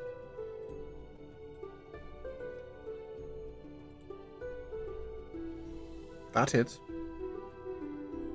11 damage. As you strike Famagi's wife's flesh, you notice that your blows are far more effective on her than they were on him. But you're not sure why. Just below the cloak. Okay, let's finish this. Okay. That leads us So you can to teleport. Maverick. How far away is she to me? About 10 foot. Oh, No, sorry. 25 foot. okay. I get close enough that I'm 10 foot away. Yep. Okay. And then I am gonna open up my satchel and take out my whip of infernal chains. Mm-hmm. And I'm gonna crack it once, and then like whip over at her. Okay. Roll to hit, please.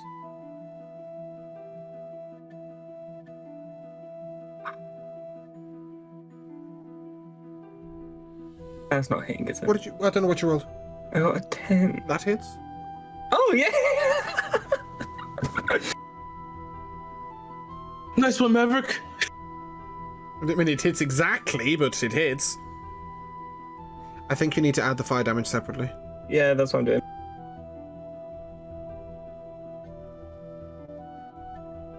That's 12 damage. She And appears I was very aiming for her wounded. face. You crack the whip, it strikes her just under the ear and leaves a mark of pure flame below which you see the black skin shining through. She appears very wounded, and that brings us to Rook. I'm gonna walk right in her face. Thought you might. You remind me of that gnome friend we discussed earlier. I'm gonna bring my battle axe right down in her head. Okay, roll to hit, please. That it's an 11.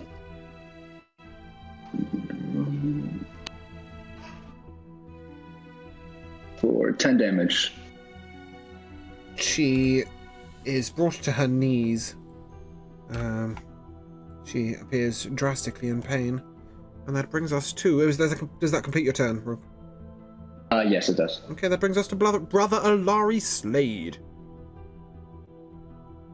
Does she seem responsive at all? She's with it, and angry. Or it is with it. It looked and very angry. good for you, Miss Gee. Mind explaining what happened here before we put you out of your misery? Her form changes and ripples, and she takes the form of a rather large-looking orc with grotesque tusks. She takes a small axe from her other hip and holds it up, looking devilishly at you, and just roars. Put yourself, and I will cast Sacred Flame. Okay, roll to hit, please. You need DC 14. Oh, yes, of course you do, sir. saving.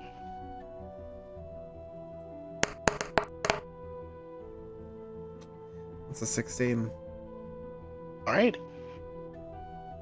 Does that mean no damage? Or half That means no damage, I believe. Sorry. Does that conclude your turn? Yep, that's me. You guys have fun. Robus raises his hand and fires a firebolt, which does hit. And I shall describe his demise. Her demise. You only had to hit her. That's all you had to do, Hilary. Your firebolt hits her in the side of the neck, and it sort of takes flame, and her whole head starts to sort of take flame. And slowly all of her clothes are on fire. She falls to the floor, writhing and screaming in agony as her form sort of flashes between various visages and then finally reverts to the doppelganger form, and she lies dead upon the floor. Congratulations. Your combat is over. Oh. Well, I guess we must go inside the house now. Are there any outbuildings? No. Okay, yeah.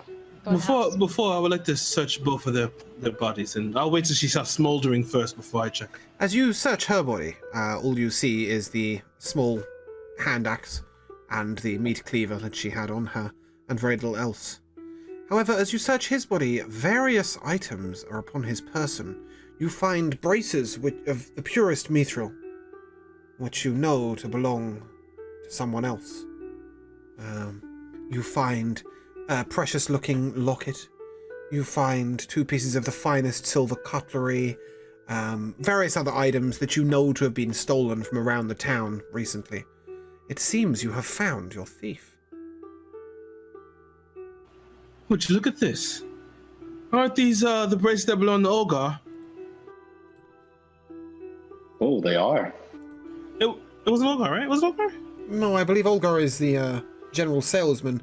It is the champion. I believe it was somebody living at the inn. It's Staying at the Karnuk. inn.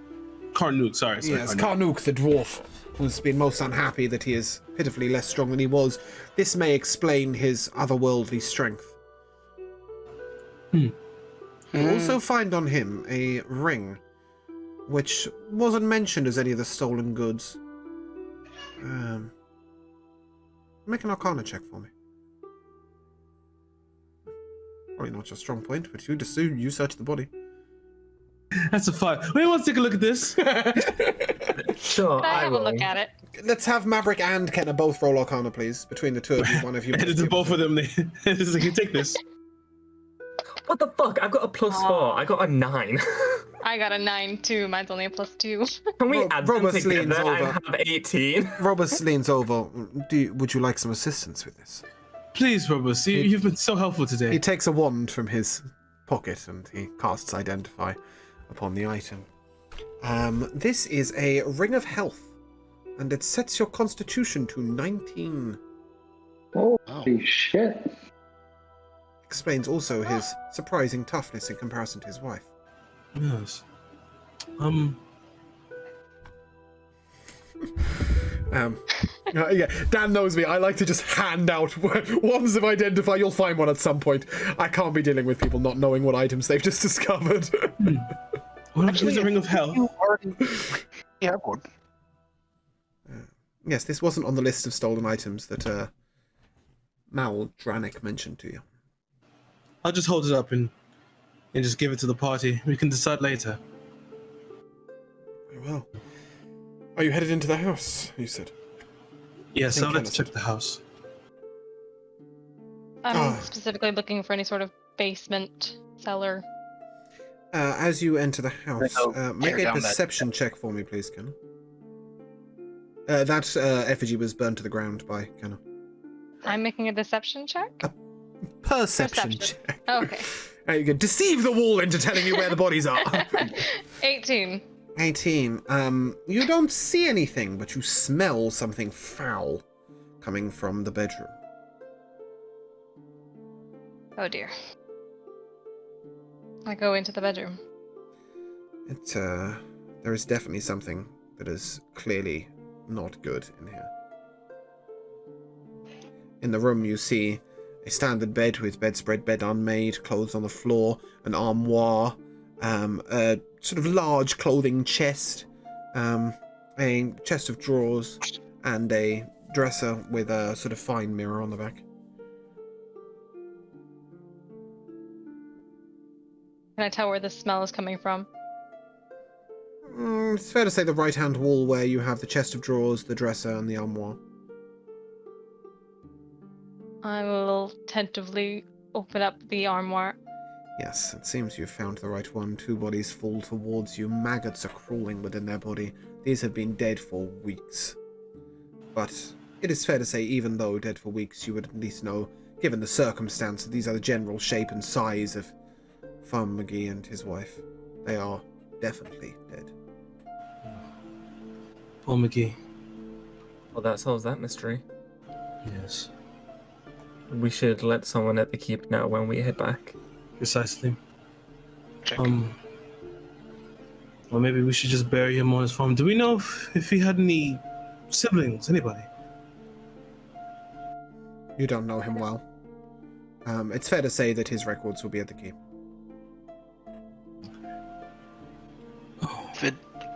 If you all don't mind, I'd like it if we buried them before we left. This is graceful. I agree, yes. I'll help you. Okay. The 2 of you head outside and begin to dig. Robus offers a bit of assistance with the bodies so that you don't have to lift them directly. Instead, he he grabs one end of the bedding and he places it on the floor and he sort of kicks the bodies onto it and he turns to Maverick. Would you mind helping? Oh, So sorry, I forget that you also don't like to get dirty. each of you takes a side of the... Well, these are crawling with maggots and vile. Oh, Well, okay, take one for a cuddle. You grab each side of the blanket and you sort of carry the bodies out where you can lay them in the pit that has been made by Lucius and Brother Alari. And you lay their bodies down to rest within. When we get back, we should find out if they have family and have them contacted. Brother Alari, would you like to say a prayer? Of course. Ilaria will take out his cup and his endless decanter, and he'll fill it up.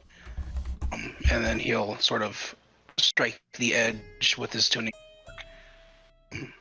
He'll hum a few verses from a song from Lakana. And at the end, he'll say, Ra will guide you both to peace, somewhere beyond this world. Here, I thought you was going to start singing like a prayer by Madonna. Cal, you might need to turn your mic sensitivity down ever so slightly so that you don't cut out mid-sentence, because I believe you just struck something with your tuning which was a very unfortunate moment for it to cut. Watering my pants. Yes, exactly. So you may need a little lower sensitivity, but yeah, other than that, we can hear you perfectly. It's just sometimes it cuts out. So now you have laid their bodies to rest.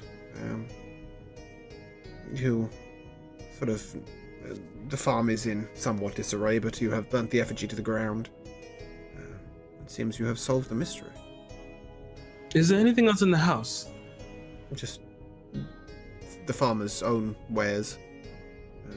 Nothing that appears stolen or valuable. It seems he was holding them all in his person, getting ready to make a dash.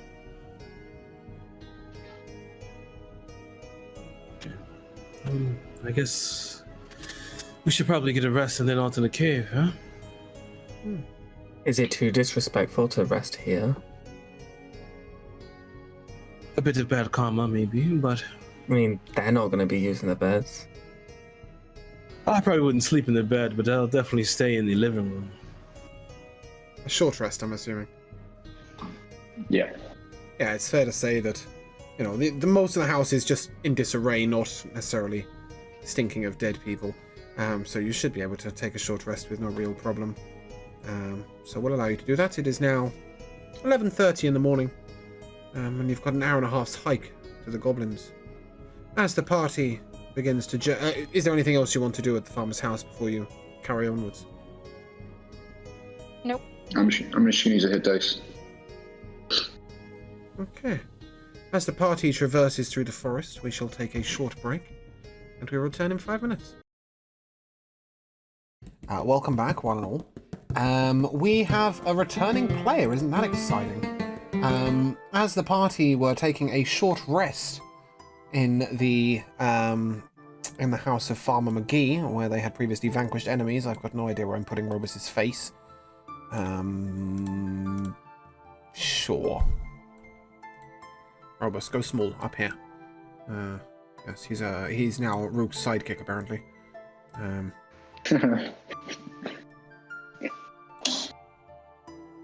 Sorry, a little bit of technical stuff as I move this stuff around. Who should come running up to the party but Leovold? Leovold, you were having your lesson with Celine this morning. You feel you may have recuperated a little bit of your control for the day. You feel very emotionally at peace. And welcome back. Hey guys. So yeah, sorry to been away for days. Nice of you to drop in. This. Yeah, Hi. You missed the yeah. funeral though. Oh, what I didn't tell you, Leovold, is that the Farmer McGee himself, the doppelganger, also turned out to be your thief, who had stolen Konuk's braces amongst various other things. Oh, okay. Okay. Braces are pretty impressive. They tossed Lucius pretty far. He got thrown 45 foot across the grass. Yes, I did get launched. Okay. The party then proceeds through the forest towards the Cave of Goblin Kind, where you were informed the goblins are. As you proceed through the forest, following the main path, you were instructed to turn left off of the path a short way up. Before you, you see a sort of stone cave that looks like it has a deep recess within it.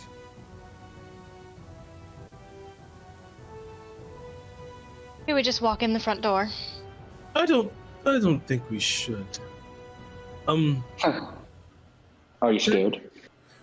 I got tossed 45 feet. I'd be a bit more trepidatious today. Can I just take a look around the cave? Do I see anything of import? Anything interesting? How close are you getting, or are you remaining the 80 foot away that you are? 80 foot. I would like to maybe stealth 40 feet. 40 feet. Make a stealth check for me, please. A moment, Lucius, and I'm going to cast guidance on you before you go. Okay. Thank you, Lori.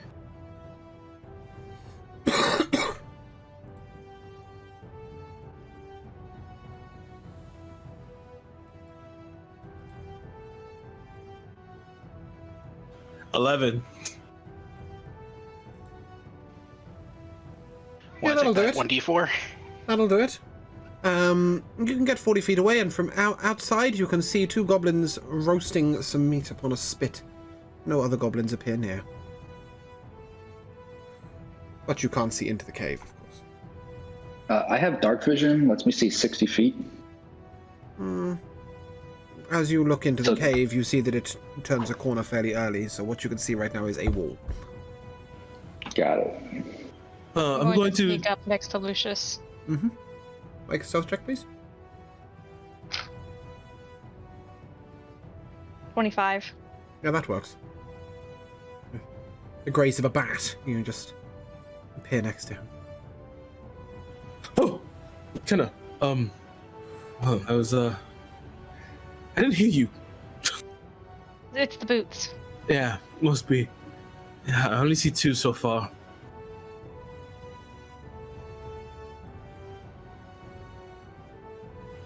How do you Well? suppose we play this? I don't think they're gonna have a back entrance to a cave. Yeah. If at all possible, is there a way I can? I'm surrounded by trees, correct?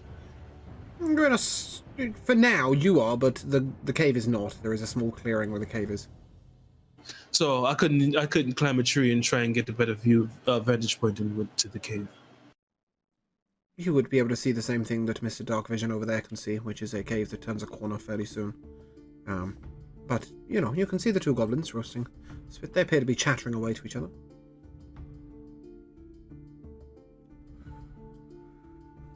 I wonder if we can't lure them. Do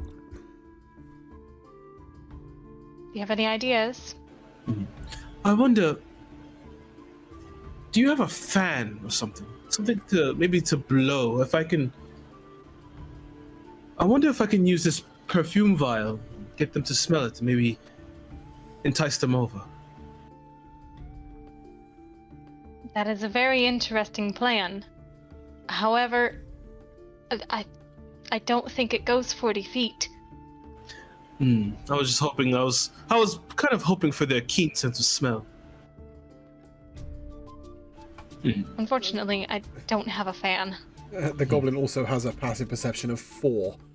Oh, never mind. Just a heads up on that one. It ain't smelling shit. Right. Oh. And they're also stood roasting meat. They appear quite intense on their activity and you know, as I said, chattering to and fro. Maybe we go back and talk to the others. Perhaps they can figure out a way that those 2 goblins won't alert the rest inside.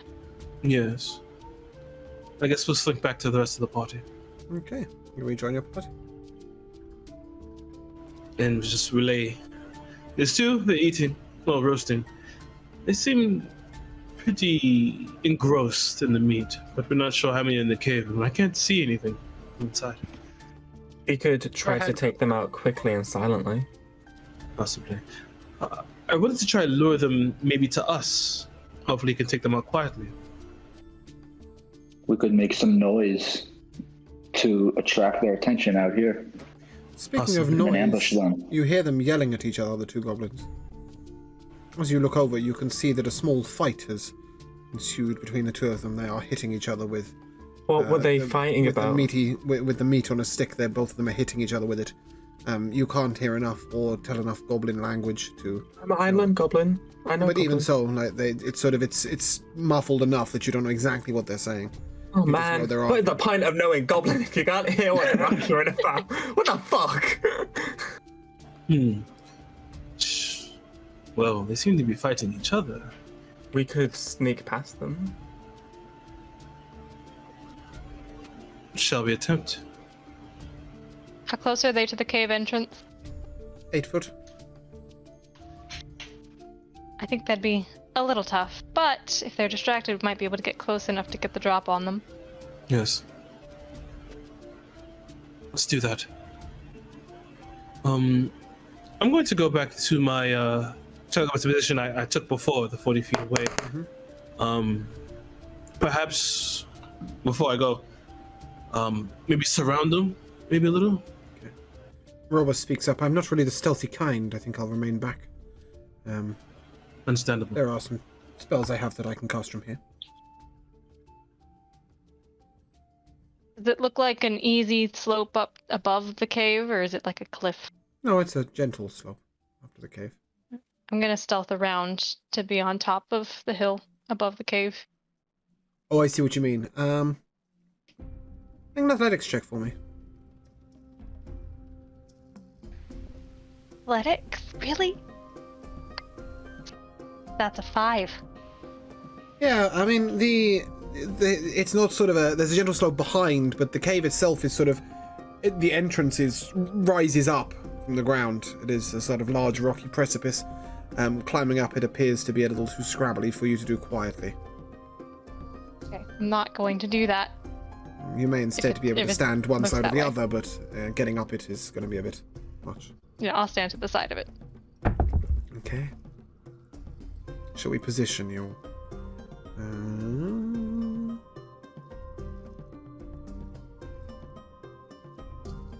I wonder if I can't try something. Yes, just bear with me a second as I No problem. position. I think we'll start like that. Is anybody else moving anywhere other than straight at them? Straight at them.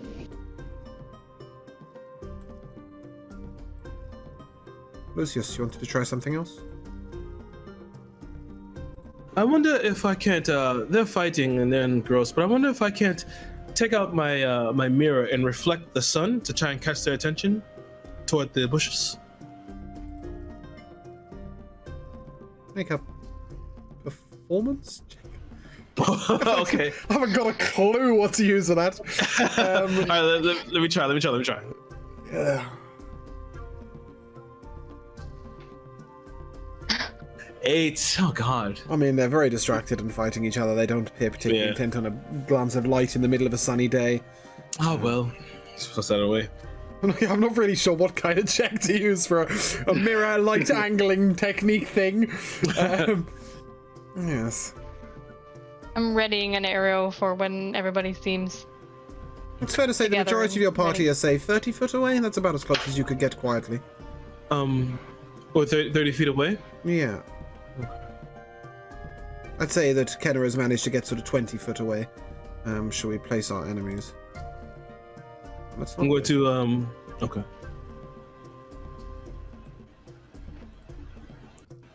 I'm going to like poke my head out and look at each of my party, just the ones I can see, and just like nod my head to see if everyone's ready to go. Aye.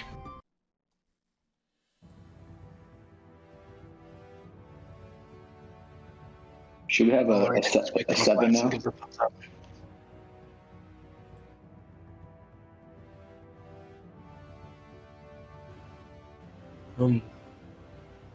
I guess I'll go first. Or Kenneth, do you want to initiate? I am holding an arrow. I'm going to let you guys decide in which order you're attacking here. I am going to use the blessings of the Raven Queen, and it doesn't describe how it happens, so I'm just going to describe how it happens. Please do. And like a flock of ravens like come like screeching in and like surround me, and I teleport right next to the first one, and then I'm just gonna like slash at him with my rapier. I'm gonna loose an arrow. Okay, you both attacking the same goblin? Yeah. Okay, roll to hit, please. I'll dash to the other. Can I? Just one at a time, please. Maverick, roll to hit. Yeah, I'll see. Me too. Okay, roll damage, please. 25 to hit. That's 12. Maverick, you slit its throat slowly but surely, leaving it dead upon the ground before it can make a sound. Kenny, your arrow comes in from the left-hand side. Roll for damage, please. 12. Your arrow takes him in the throat. Your enemies are vanquished. It's so satisfying that they died in the same turn that I teleported. Yeah, they haven't, they're just goblins. They are way easier to kill than old people. Yes, for anybody who knows their monster manual would know that. Goblins not quite the same meatiness as doppelgangers. However, as you stand at the cave entrance, Maverick, make a perception check, please.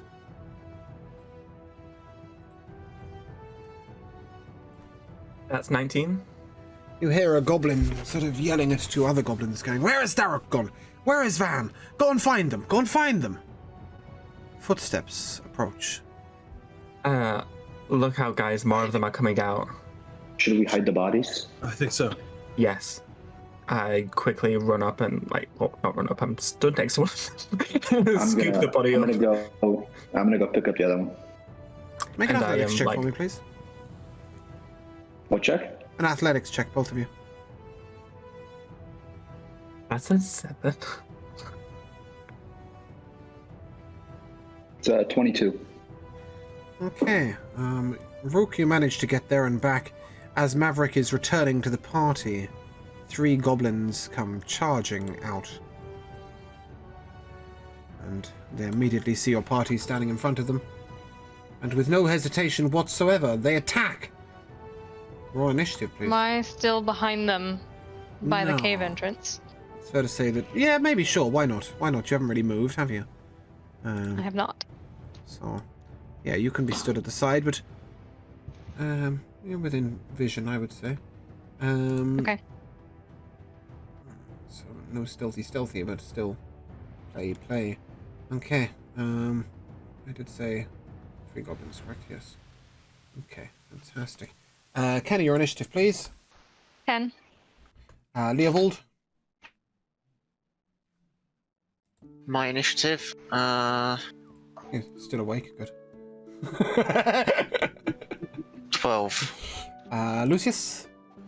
15. Brother Alari Slade. Also 12. Priest of the Christmas Song. Maverick. With a +4, a 5. Sick. Rook. I also had a 5. Oh.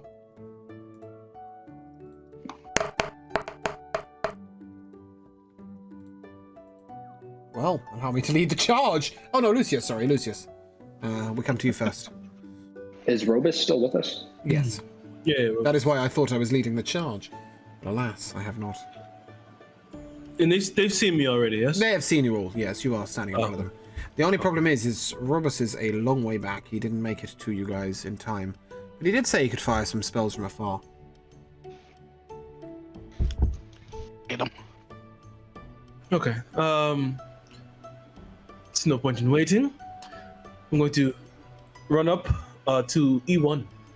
Yep. And I'm going to just take a simple unarmed strike. Okay, roll to hit, please.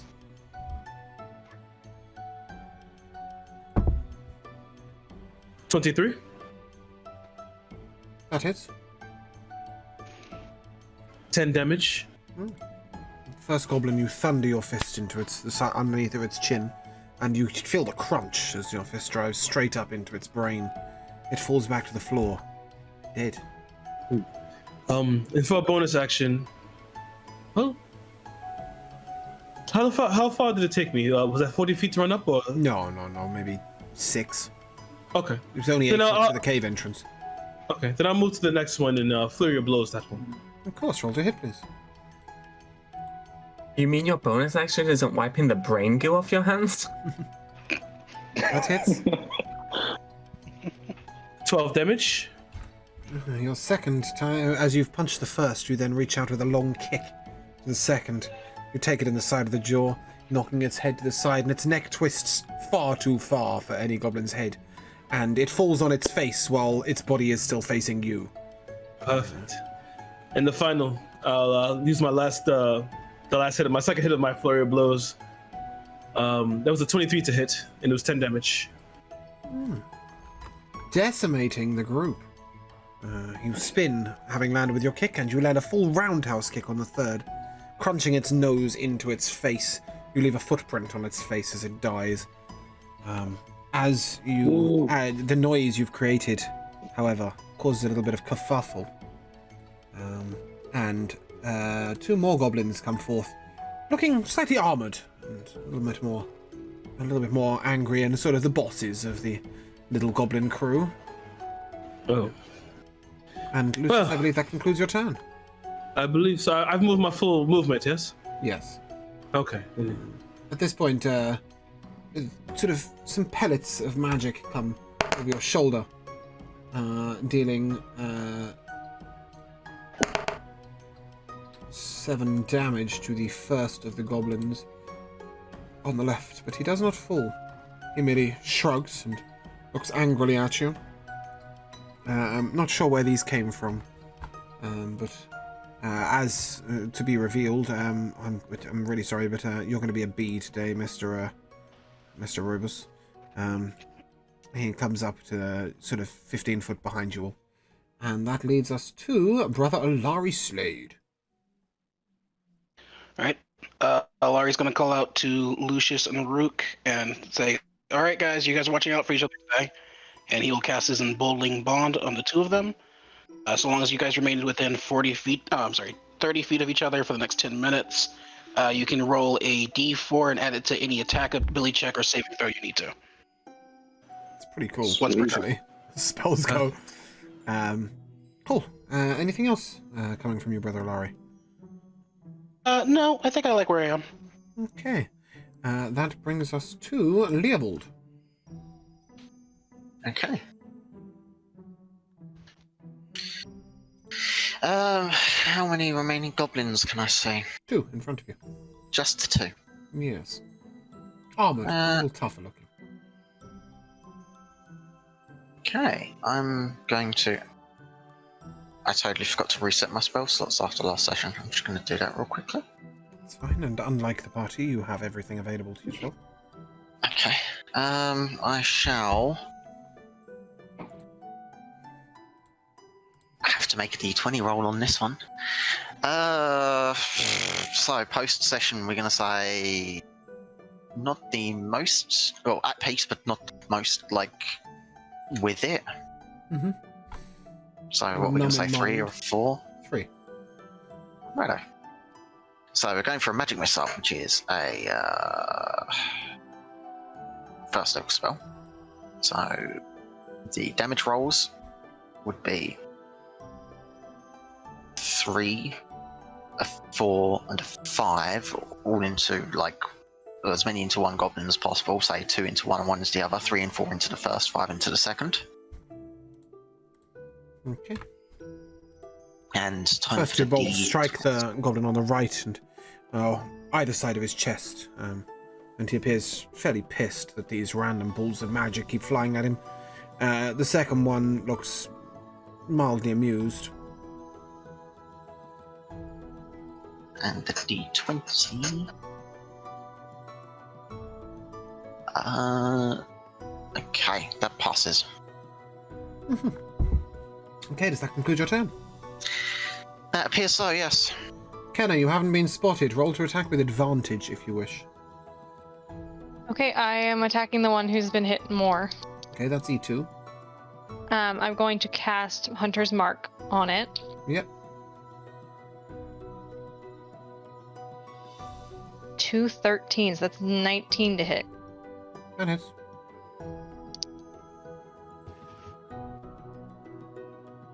Um, 14 points of damage. Ooh. Your arrow takes him through the eye, straight into the brain. The goblin dies. At this point, the second goblin is enraged. And he shouts. And 2 goblins come charging out the cave, both equally armored. Oh, no, didn't mean to do that. And then a larger, sort of grand-looking goblin, really, as goblins go. He has a large spiked club made of bone. Sort of devilish look in his eye, and his clothes actually match, which is remarkable for a goblin. Stands behind. At this point, does that conclude your turn, by the way, Laura? I'm going to move back some. Okay, I ain't got much space on the map, so we'll just say the distance between you grows. At this point, the goblin at the back waggles his fingers. He sends out an orb of multiple colours towards... Who's number 4? Rook. DNA.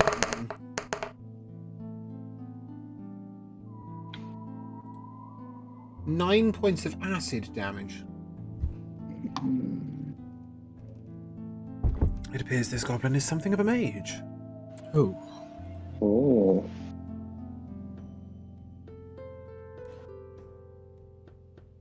Right, I assume the caster can take care of that.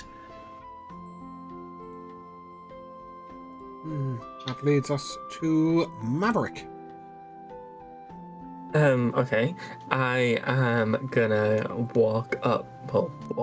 gonna run up to E3. Yep, that's exactly 30 foot of movement. Do you have 30 foot of movement speed? I don't know why I was that far down anyways. Because you tried to carry the body away and you didn't make it back in time. What's Seems your movement awfully speed? convenient. What's your movement speed? It is 30. Okay, yeah, you get to the enemy. Cool. And then I'm going to take out my rapier, and then I'm gonna kiss my black flame ring on my other hand, and enlight my rapier. Yep. I'm gonna slash at the goblin. Okay, roll to hit, please.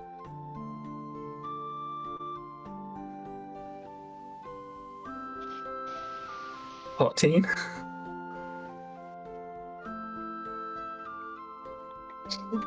What is with you and just not hitting things? I don't know why the dice hate me. What's your plus to hit? It's +4. Oh. It's very low. Well, I don't know what to tell you. You proficient in your weapon? No. That'd be why. I'm a sorcerer. I'm not meant to be proficient in, like, rapiers. Oh, you will be soon enough when you take your weapons master feat at level 4. But And alas, anyway. for now, you have scratched at his armor. But your blade does not hit. Apologies. Does that conclude your turn? It does. Okay, this brings us to Rook. I'm gonna go right up to the left of that same goblin. Okay, roll to hit with advantage, please. Assuming you are R-ing first. Right. And don't forget our emboldening bond. I think we're in range enough. Yeah, that first one was a 10. Second one's a 13. I will add a D4 onto that. Roll your d4. Oh, I rolled a 1, so it's a 14 to hit. Sorry. Does not hit. At this point, the goblin to the far right throws his javelin towards you. Sorry, who is number 6? Brother Alari Slade. Throws his javelin towards Brother Alari Slade. That is a... What's your armor? 13? Okay, no one's hitting anyone today. He throws his javelin far over your head, and that concludes his turn. The second goblin also takes his javelin Cut up and later. throws it towards you. Leovold, make a dex saving throw, please. Okey-doke. That'd be a 13. He's thrown so badly that his javelin has not come forwards like a spear, but instead sort of spun sideways. You take 2 points of bludgeoning damage as it collides with you. That's what he gets for rolling a nat 1. And the third goblin, who is enemy 1, strikes at Lucius. He strikes twice with his scimitar.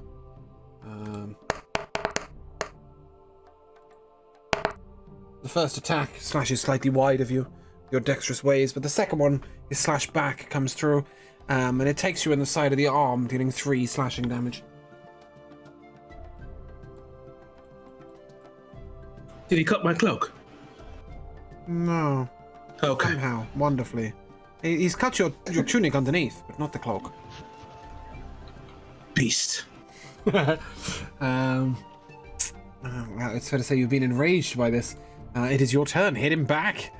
Perfect. Perfect. Yes, I will take my unarmed strike against him. Roll to hit, please.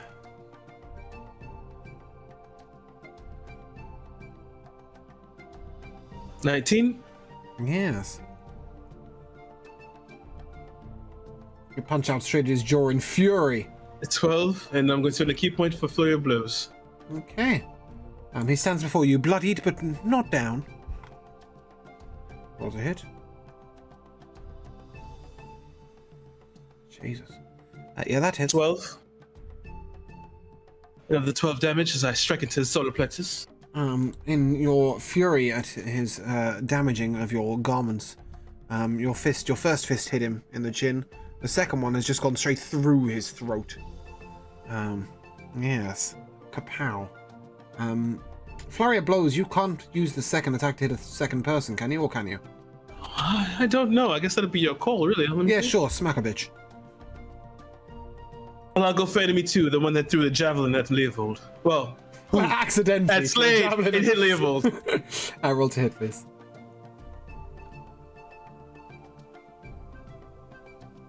Natural 20 for 30. Yeah. Go away. 14 damage. He is bloodied and wounded, but not dead. Perfect. Brother Laurie Slade. Your moment to shine. Sure. Okay, so Rook's a little hurt and a little far away. No. That's only 12 foot. Dope. Yes. In that case, Is that an in-character dope? Why, How do? I'll heal the bastard then. In that case, I think I'm going to channel my divinity and use my my Balm of Peace. And so as my action, I'm going to move up to my speed without taking opportunity attacks. So I've got about a 30 speed. I'm going to run up, slap, pat on the shoulder. And actually, it looks like it says any other creature during this action. So I guess I'll pat Rook, Lucius, and Maverick all on the shoulder. And then I'm going to run back to about where I was. And all of you guys can take a 2d6 plus 4 hit points. Okay, so if you want to roll that for me, roll the 2d6. Plus 4. So roll it once. Just the 2d6 is fine. So I rolled a 6 and a 5. That's 15. No, sorry. Alari rolled a 2d6.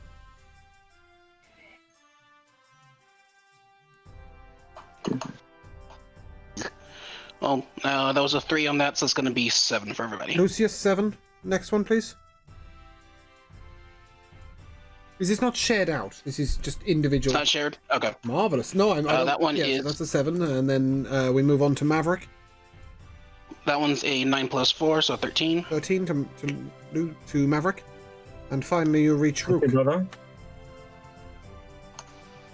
That one's a 5 plus 4, so a 9. This man's a healing machine. 9 health into Rook. Ooh. Yeah, so I just sort of saunter up. It's like, you guys are doing real good. Awesome. Like, hey, cool. I point at the goblin, the larger goblin. Really love that you're coordinating this whole thing. All right, you guys have a great time up there. I'm going to be back over here. I love it. See you later, Larry. See you later. Okay. At this point, Robus steps forward. He puts his thumbs together and opens his hand out wide. And a fan of flames come from his hand.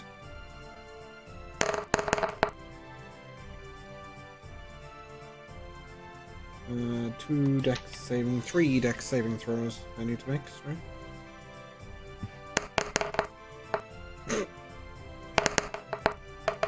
Wow. I need to screenshot that. Okay, that's 3 1s. Sick. The flames from his hands decimate the enemy closest to Lucius. He burns down to a crisp. The second one looks mighty pissed, but is not dead. The mage is sorely wounded, but also still remains alive, if now his clothing looking a little more bedraggled. And that brings us on to Leovold. Before you stands a goblin, finely armoured but severely wounded, and a goblin mage who looks furious. Perhaps at the state of his garments. Mage. Yes, that is exactly what I just said. Unusual, but present. Yeah, rather. He threw a Well. chromatic orb at someone, so definitely mage. Okay. As much as I would love to mind sliver a mage, I don't think that's really happening. I think my next option is to roll and spin the wheel. Let's go with...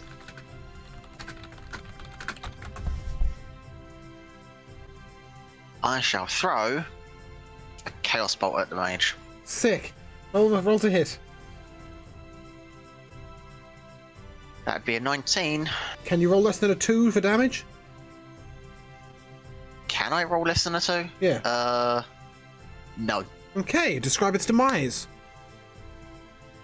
Let's see what the damage type is. You get to pick. No, not Chaos Bolt, I don't think. It's a D8 to roll rolls damage type. Jamal likes spells that have 3 different dice rolls and 4 different mechanics. Yeah. Well, that's pretty shit, but it kills him. No, that wasn't damage. Oh, that was this to find is out what the damage type was. Okay. Yeah.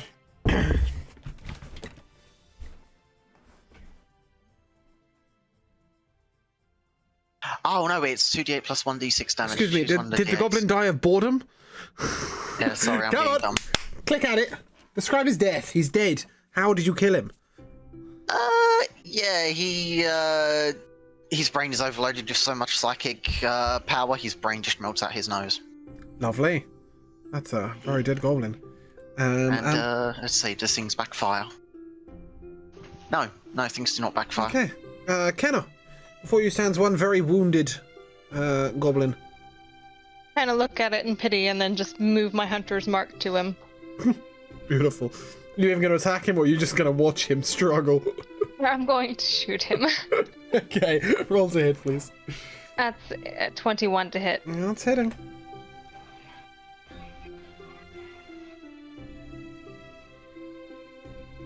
At 9 points of damage. And you kill it. You take out the final goblin, your arrow taking it in the heart. And you... Hey, how come Jamal gets to describe his, but Kenna doesn't describe hers? Because he killed the boss.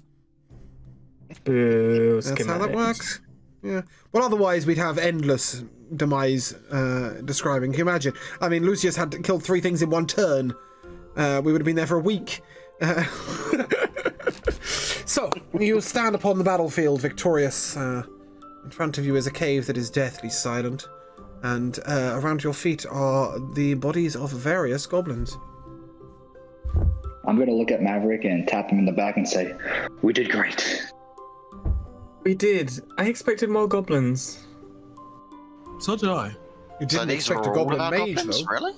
As far as you know, you haven't been into the cave yet. I really wish for more goblins. I'm Can I, going to listen while you guys pick over the loot. Oh yeah, is there anything on on all of these goblins' bodies? Mm-hmm. 8 daggers. And 120 gold pieces. And upon the goblin mage, you find 2 wands. Oh.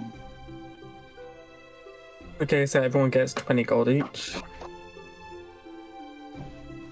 Do you know what these wands do? I don't know, do you? Or knock on a check and find out. Oh, Rubus, could you identify these for us? If I must. And he rolls. He takes out his wand. I roll a nat 20 on the Arcana check. Okay, the one that you have picked up is indeed a wand of identification. How beautiful. I said I was going to give you one of those eventually. The second one is a wand of chromatic orb. Oh. It has 3 uses per day. And is only usable by a sorcerer or wizard or bard. And might I say, Robus, that fire spell, beautiful. Oh, why, thank you. It looked amazing while doing it as well. We'll have to visit Rihanna together. You seem to have a slash in your garment, dear sir. Yes, we definitely will have to go and do that. Maybe, perhaps tonight when we return. Perhaps. If you're done flirting, there's a cave. Oh, I'm so sorry, Ken. I'm sorry. Please, now just let the cloak below. If any of you do not want to walk around with the dagger, it's fair to say you can pocket it for sale later. Each one will give you 1 silver piece. Cool. Okay, we are entering the cave, are we? Wait, Yep. So who would like these ones?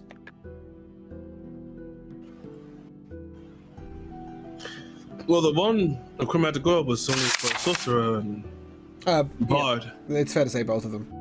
Yes. So it'd be either you or Leopold. And the identification is as utility. Indeed. So I'm easy. You can decide whoever gets the one that you wish.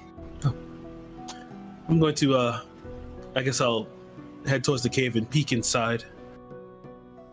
There is a long corridor back.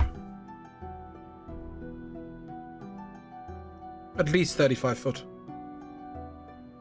I'm going to walk up next to Lucius and look down the hallway. Do I see anything? Leopold, I'm gonna give you the wand of chromatic orb, and I'll have the wand of identify. Okay.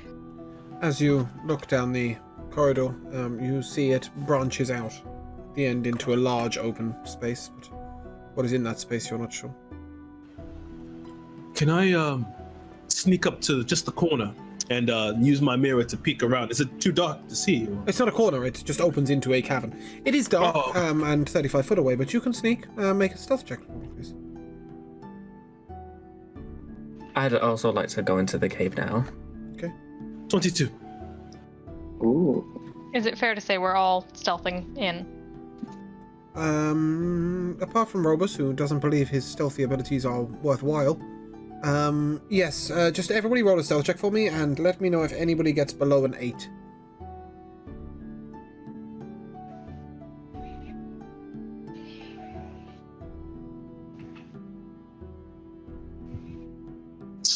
Oh. Did I hear a 7? Your footsteps echo. As your footsteps echo, you hear a roaring sound in the open cavern. Would any of you like to peek in? I will, since I can see. Then you can roll fucking initiative. What, just for looking? Yeah, you have entered into their sight. Before you, you see 2 very, very angry ogres. Wait. How do they see us? We're stealthed. Whoever rolled a 7 They heard isn't. us. Well, sure, but doesn't that just mean that only Ken is in combat? There's no way Kenna rolled a 7. No, I didn't. No. It's fair to say that they have come to investigate the party, and seeing as they can see clearly in the dark, and you are in one thin, narrow passage, there ain't much hiding to be done. You see 2 angry ogres ahead of you. Roll initiative, please. All right. Else I rolled a 6. I rolled a nat 20. What, initiative? Yeah, 24. Brother Larry Slade? 18. And... who did I miss? Oh, just Robus. Oh, Kenna, sorry. You missed me 22. too. No, I saw some of them come up on D&D Beyond. Only needed the ones I missed. Ow. Robus, the slowest mage in the history of maging. He'll be going last. Maybe I should punish with a minus initiative for a -1. Sorry, Maverick, with your nat 20, what does your initiative come up to? 24. We begin with Maverick. Before you stand 2 ogres. You have advantage on your first action. What would you like to do?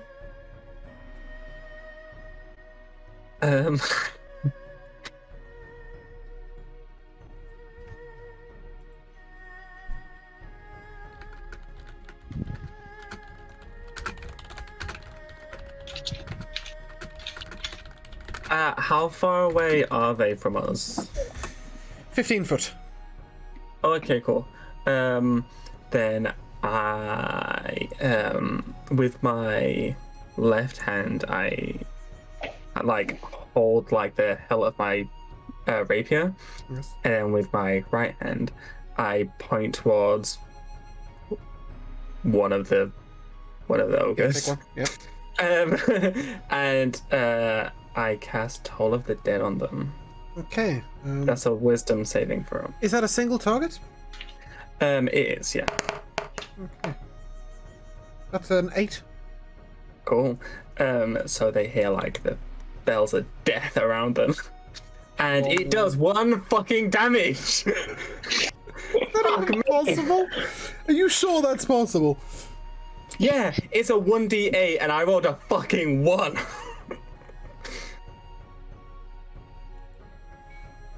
So No, I told you to roll your first thing with advantage. Would you like to use that advantage on your damage? Sure. Yeah, okay. I knew I said roll with advantage, and I'm thinking, well, I can't advantage a wisdom saving throw. Okay, that's better. It does 5 damage. Okay. The ogre is still vaguely amused, but otherwise is slightly hurt. And that leads us to Kenna.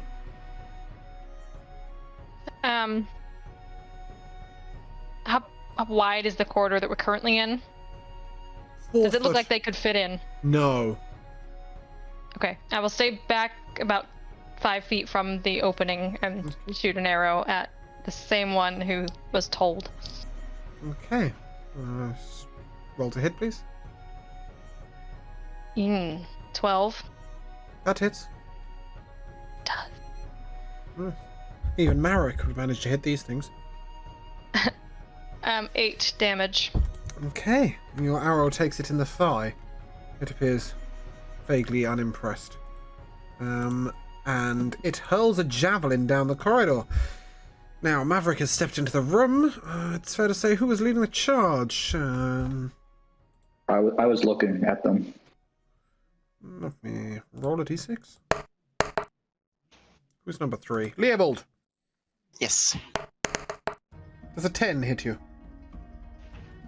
A 10 does not hit me, no. Yeah. He throws a javelin to the floor at your feet. How wonderfully rude of him. Brother Larry Slade. All right. It hasn't been more than 10 minutes, so I guess Emboldening Bond's still going. Very much so.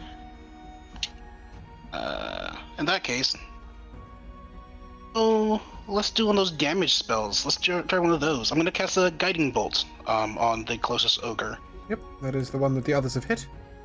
Is that a roll to hit? A roll to hit, and it is going to be 21. That hits.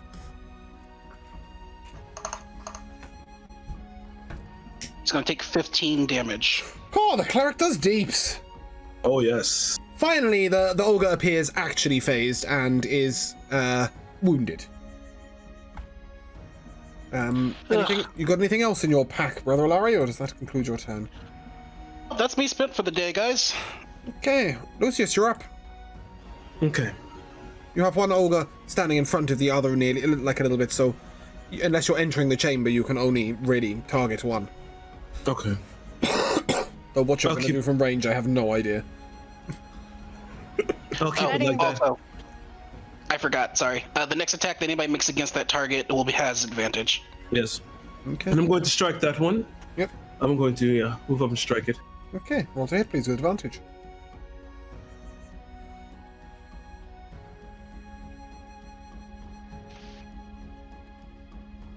A 20 on the first one. That hits. Did you roll a 1 on the second one? Yes, you can't miss. Yes, I did. So you're rolling for crits. So yeah, 12 damage in the second. Ooh, that's a kneecap. That's a kneecap cracked Yeah. with a foot. Yeah. Yeah. I'll just the second hit. I'll go with it. Sorry? Oh, you're hitting him again, yeah? Yeah. 22. Imagine. All right, that's a fist to the thigh. 22 damage. Oh no. 22 hit, 12 damage. Shit. No. Yes, your fist to his upper thigh. It's fair to say his leg is dead. He appears very wounded. He is standing now on one leg with the other one sort of dangling uselessly. It is fair to say anybody else attacking him will most definitely have advantage. Speaking of attacking things, Rook, you're up. I'm going to walk right up to it. Bonus action rage. How many rages do you have a day? 2. So this is my last one. You gain one back at a short rest? No, only long rest. Oh, did you not rage outside? Yeah, I got 2. I've only raged once. Oh, okay. I thought you raged at the doppelgangers as well. Yeah, that was the one. Did I rage Oh, right, okay. time? That's what I said. You didn't rage in the outside fighting the goblins, did you? Oh, sorry. No, I don't think you didn't did. rage No. at the goblins. Okay, cool. No, I didn't. Yeah, cool. Rage away. Rawr! And I'm going to bring my battle axe right into its kneecap. Oh, Oh, can you not be so loud? Oh. that hits. For an 11. Roll again to hit because you've got advantage, so see if you've got a crit. Okay. I rolled the same thing, 11. Okay. You are now face an ogre with one leg. It was 6 damage. Okay. You face an ogre with one leg. It appears near death. Leopold, Dead. that brings us to you.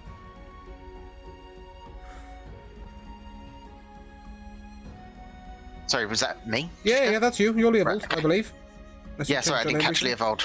Okay. Right. So what's the, so two ogres still, Yes, yeah? one legless one- and near death, one and the legless other and one one- standing very healthily behind it. Okay.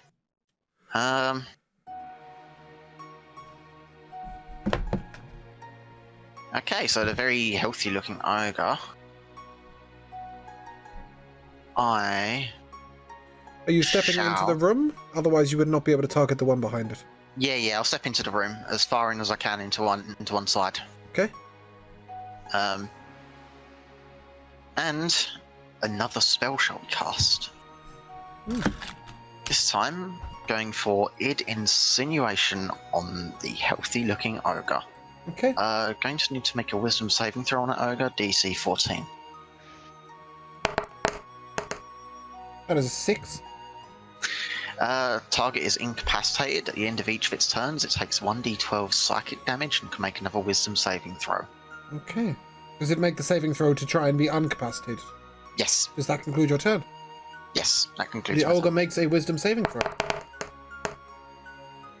Unbelievable. That's a minus number. He remains incapacitated and takes 1d12 psychic damage. Please roll for damage. It's a pretty cool spell. It's a cool spell. Yeah. A whopping 2. Well, Nice one, Leovold. That's if you'd like to spell pass your back. dice Shenanigans. back to Happens. Maverick, Yeah.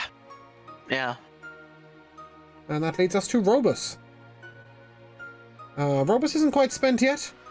He steps ahead of you all, and he puts his hands in the fan again, and flames spurt forth. Ooh. Jesus. Terrified when Jamal gets that.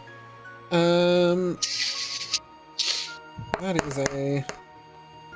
Jesus, this is a very undexterous ogre. The ogre at the front is covered in flames. It writhes in flames. It's standing on its one leg, hopping around, and then it falls to the ground, dead. The second looks slightly crispy, but otherwise fine. I love it when he does that. Sorry? I love it when he does that. Oh, yes. He loves it when he does that, too.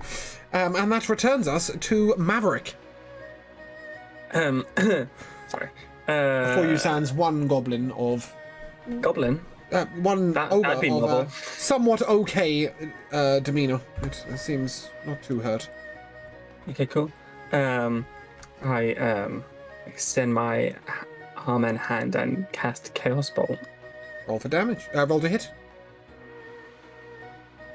That is a nat 20, 25. Hey! Roll to hit. Roll for damage. The Nice. dice have forgiven me. He crits a 3. And that's 20. That's Oh. 20 damage. Hey, nice. Now we're talking. As soon as Maverick's proficient in his weapons, he'll be booming. Wait. I need to.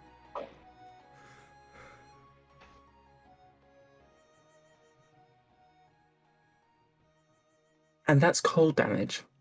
Okay. The If you needed to know that. the icy bolt strikes him in the heart. The frost spreads across his body. He appears to be slowed by this spell, as well as severely wounded. And that brings us to Kenna. Okay, I'll aim for his head. Be my guest.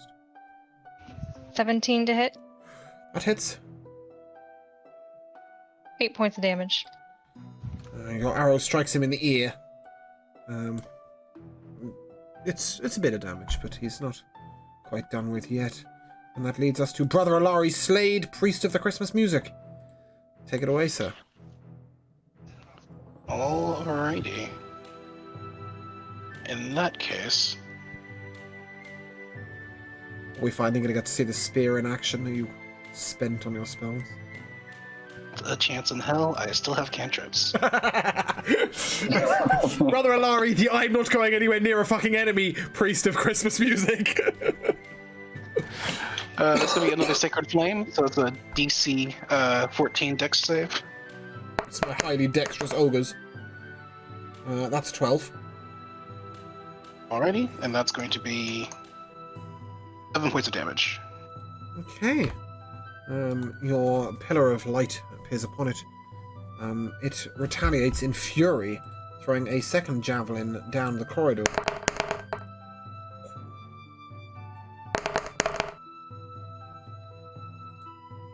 That takes Robus in the face.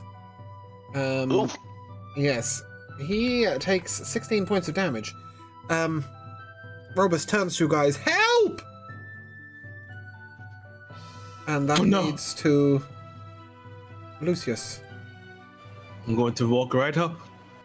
Okay.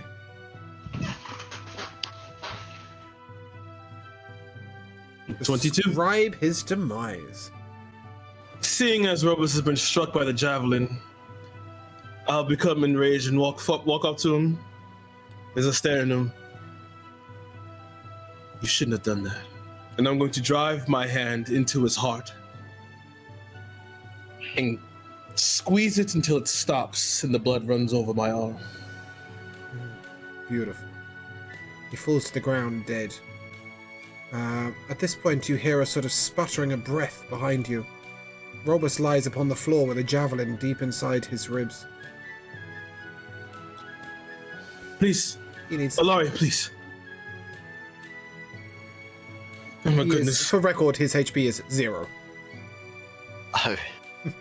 Oh, Yes. crap. Apparently, sorcerers don't come with much hopes. That shouldn't be possible. That shouldn't be possible. He's got 17 HP at level 3. But anyway, give it a I go. did run count back, wrong. remove the- I do have remove one more the healing javelin. spell.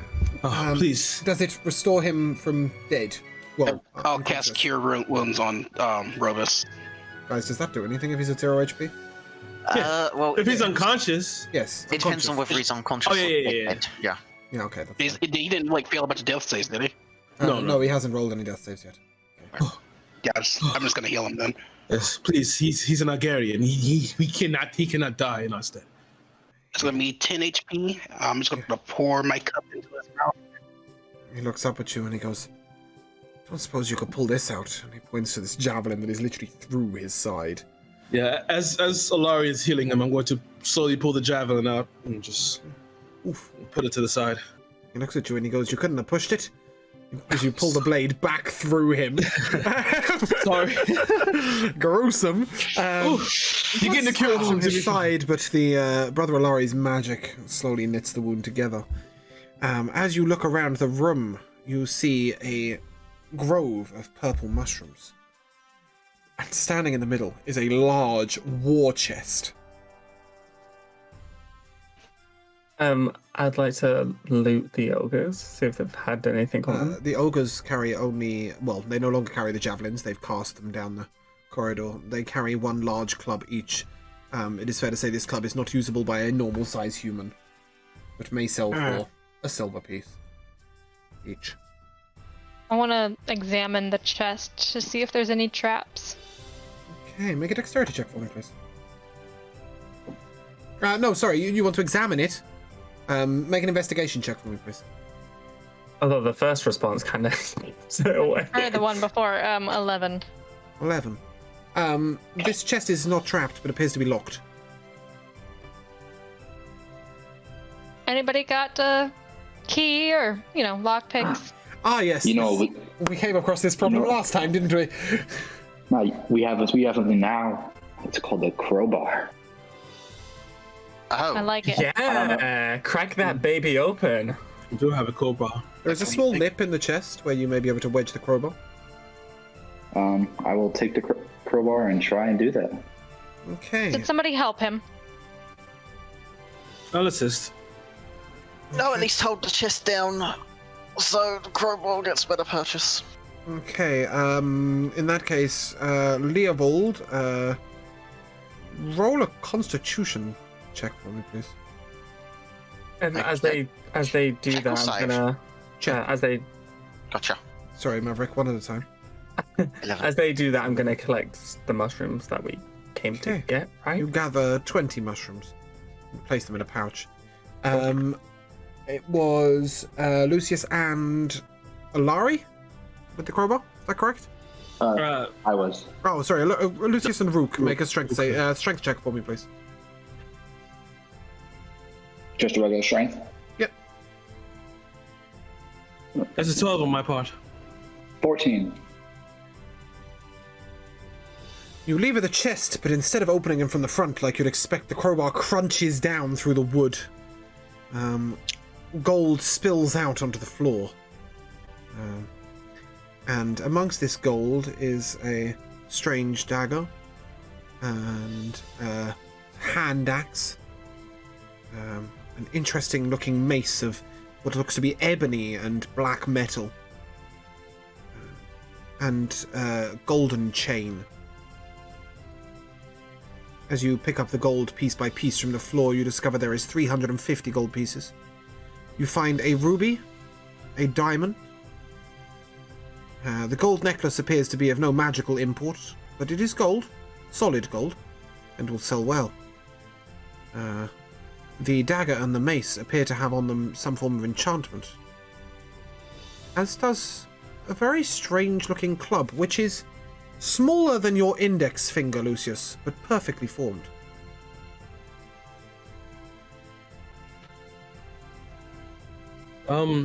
Maverick, wave your wand.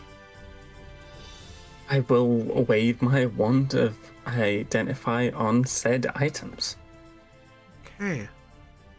The mace you reveal to be a mace of disruption. The dagger is a dagger of... Where the fuck have I put it? That's what it is. It's a dagger of where the fuck have I put it?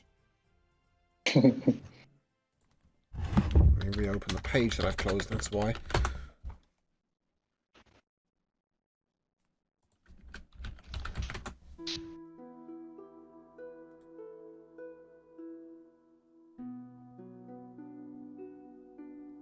Sorry, scrolling back down to where I've closed it from.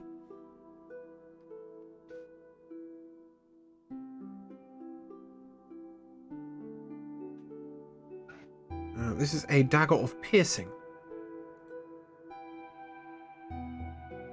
And the wand effect has no effect on the small club. What does it look like? The club, is it like intricate? Or... It is a tiny club with sort of spikes coming out of either side. It lies upon the gold on the floor.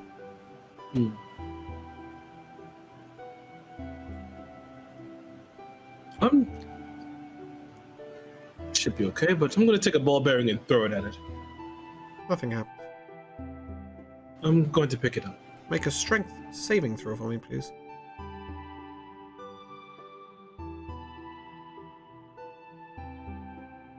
$17. You don't take any damage, but your hands are now pinned to the ground by a club that takes up half the room in size as it expands drastically as you pick it up.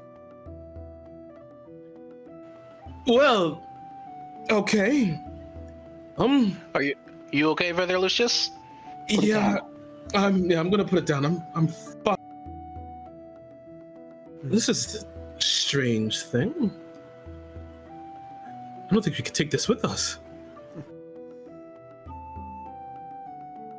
Robus leans over and picks it up with one hand as it shrinks back to its tiny size, and it remains in tiny size in his hand.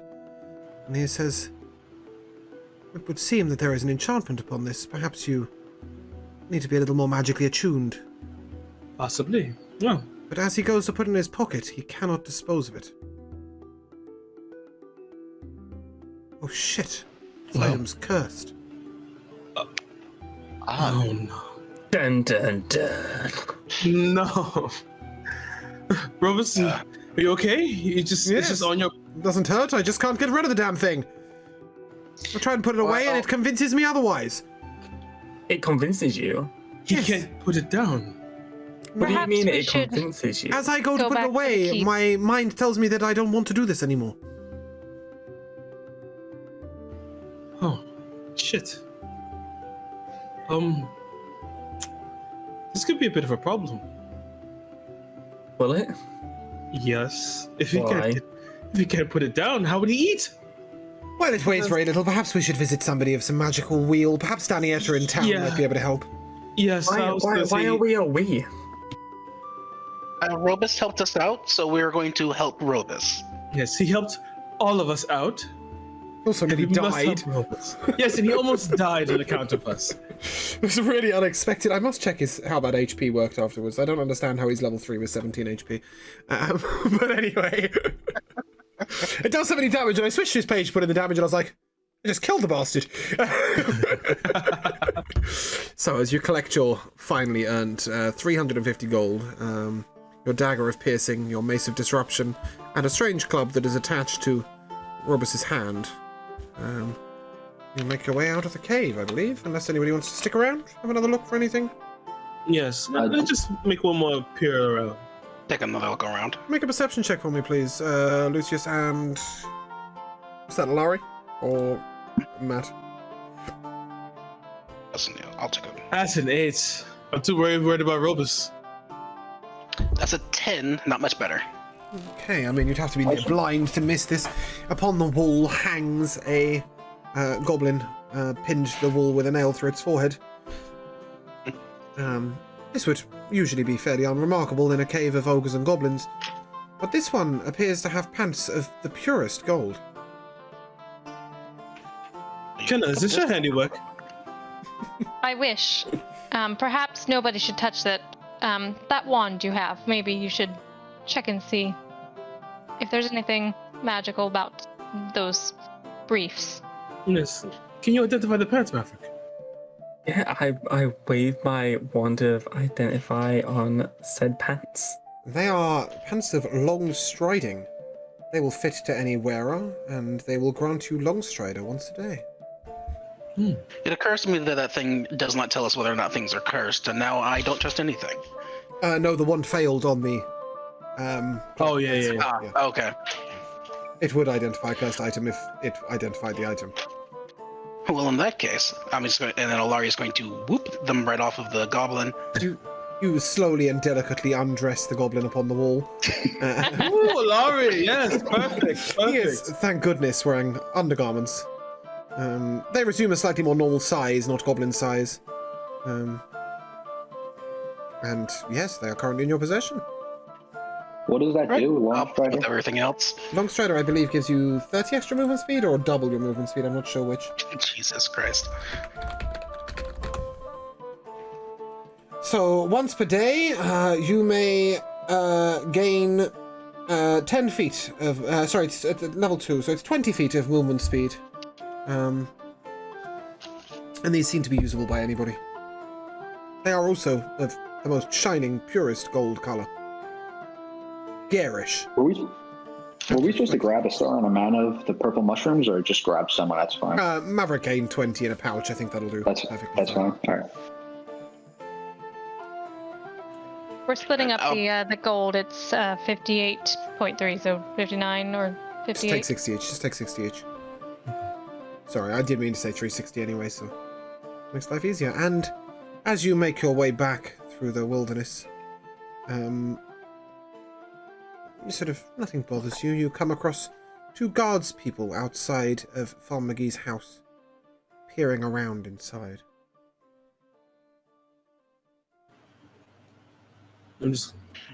Hello. Hi, good evening. Young Lucius, is it? Yes, precisely. What can I do for you? You're returning from your travels. Yes. These aren't the same guards that saw us on the way out, No. right? Okay. Will I recognize them or no? You may have seen them around as guards people, but you don't know them by name. Yes, Lucius, I didn't catch your name. Or your names. I'm buggered. That is the last thing I expected you to ask them. I don't know. Where's the list? Thing 1, thing 2? They are Daveth and Boris. There you go. There are the two names that I had on my list. Daveth and Boris. They are just standard guards. Was not prepped for that. People ask names of the most irrelevant characters. They are guard and guard. Well, as I am, I'm a bit inquisitive. Yes. Do you know the McGees at all? No, I know of them, of course. I've seen the farmer come into town and sell his wares, although Last time we checked, his crops didn't look like this. But, Lord Bantus himself sent us to check on the farmers. It seems that a distress letter had come from a niece who'd visited and found her parents not to be who they were. I believe she's residing at the Dusty Minstrel Tavern.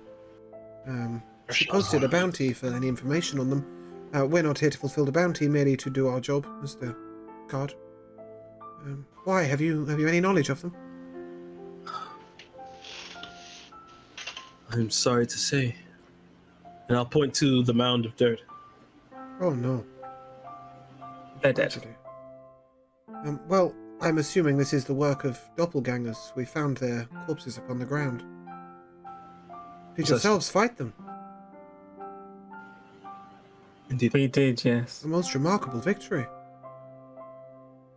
But tragic that we came so late. Well fought, adventurers, but a sad tale.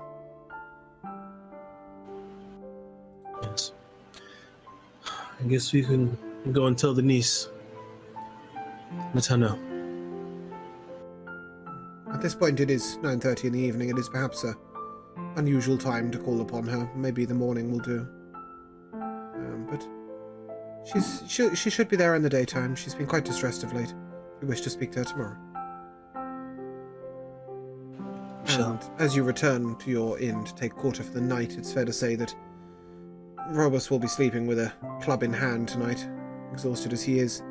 And he is staying at the Regal Square Inn, actually, and will be... at the Dusty Minstrel Tavern, and will be staying there the night. And perhaps you may meet him in the morning. But for now, we will call it a night. Total pleasure to play today. Jamal, I'm very glad you were able to join us. Sorry, Maverick, you were going to say? Did we level up? Still my thunder. I was 30 seconds away from telling you that. As you take your long rest, congratulations, you are now level 3. Woohoo! I thought you were going to try and speak to the guard. And that brings us... After we're done here, I'm going to need to ask you about adding this wand that I got in. That's fine. I can do that after session. But for now, yes, that leads us to our MVP for the day. And we come first to Brother Alari Slade, priest of Christmas music, who doesn't want to go anywhere near a fucking enemy. Who was your MVP for the day? My MVP are NPCs that'll become cursed so that we don't have to. Yes, I hadn't really thought this through because I thought, well, somebody magical's got to pick it up because I'm waiting for a wizard or mage or bard, and then I just sort of went, well, fuck it. He's already been killed. He might as well be cursed. Okay, Kenna, your MVP for today?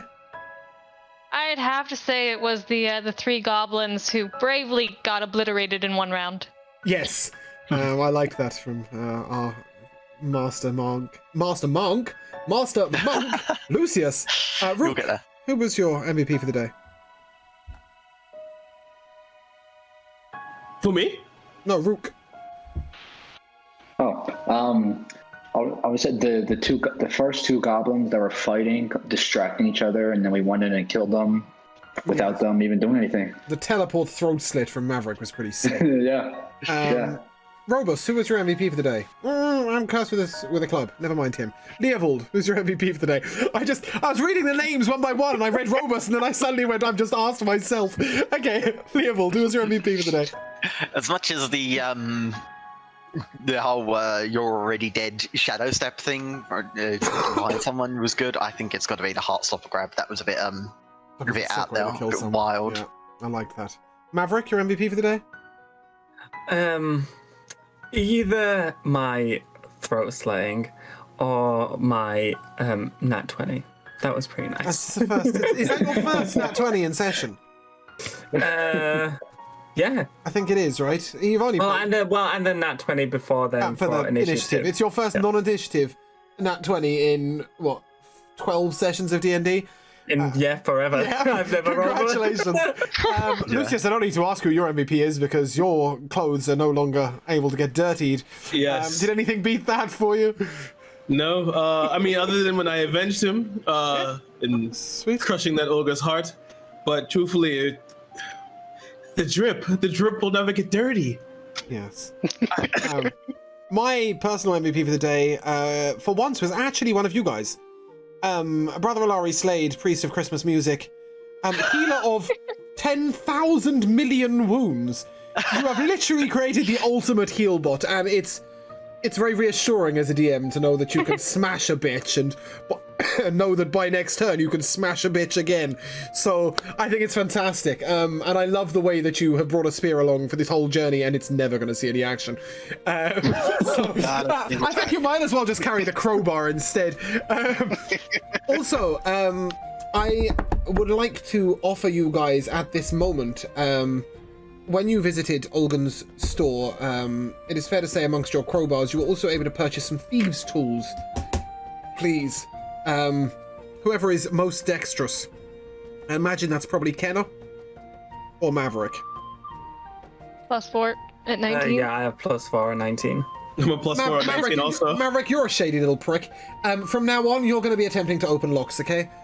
So please take the lockpicks. I can't be dealing with every time we reach a locked chest, you all staring at it blindly going, the fuck do we do? So bring one of those. So we shall conclude there. Thank you so much for watching. We are going to raid, so please stick with us a brief moment. And I believe our friends at Asgard's are over there. Yes, they are.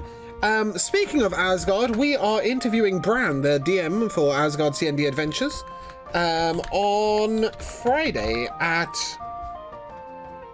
10:30 p.m. GMT or 5:30 p.m. EST. So please come and send them some love. He runs multiple campaigns and they are all of fantastic quality. Really interesting. And great voice actor as well. Does one of the best English accents I've ever heard a Scottish person do. So please come and show him some love, and thank you very much for watching.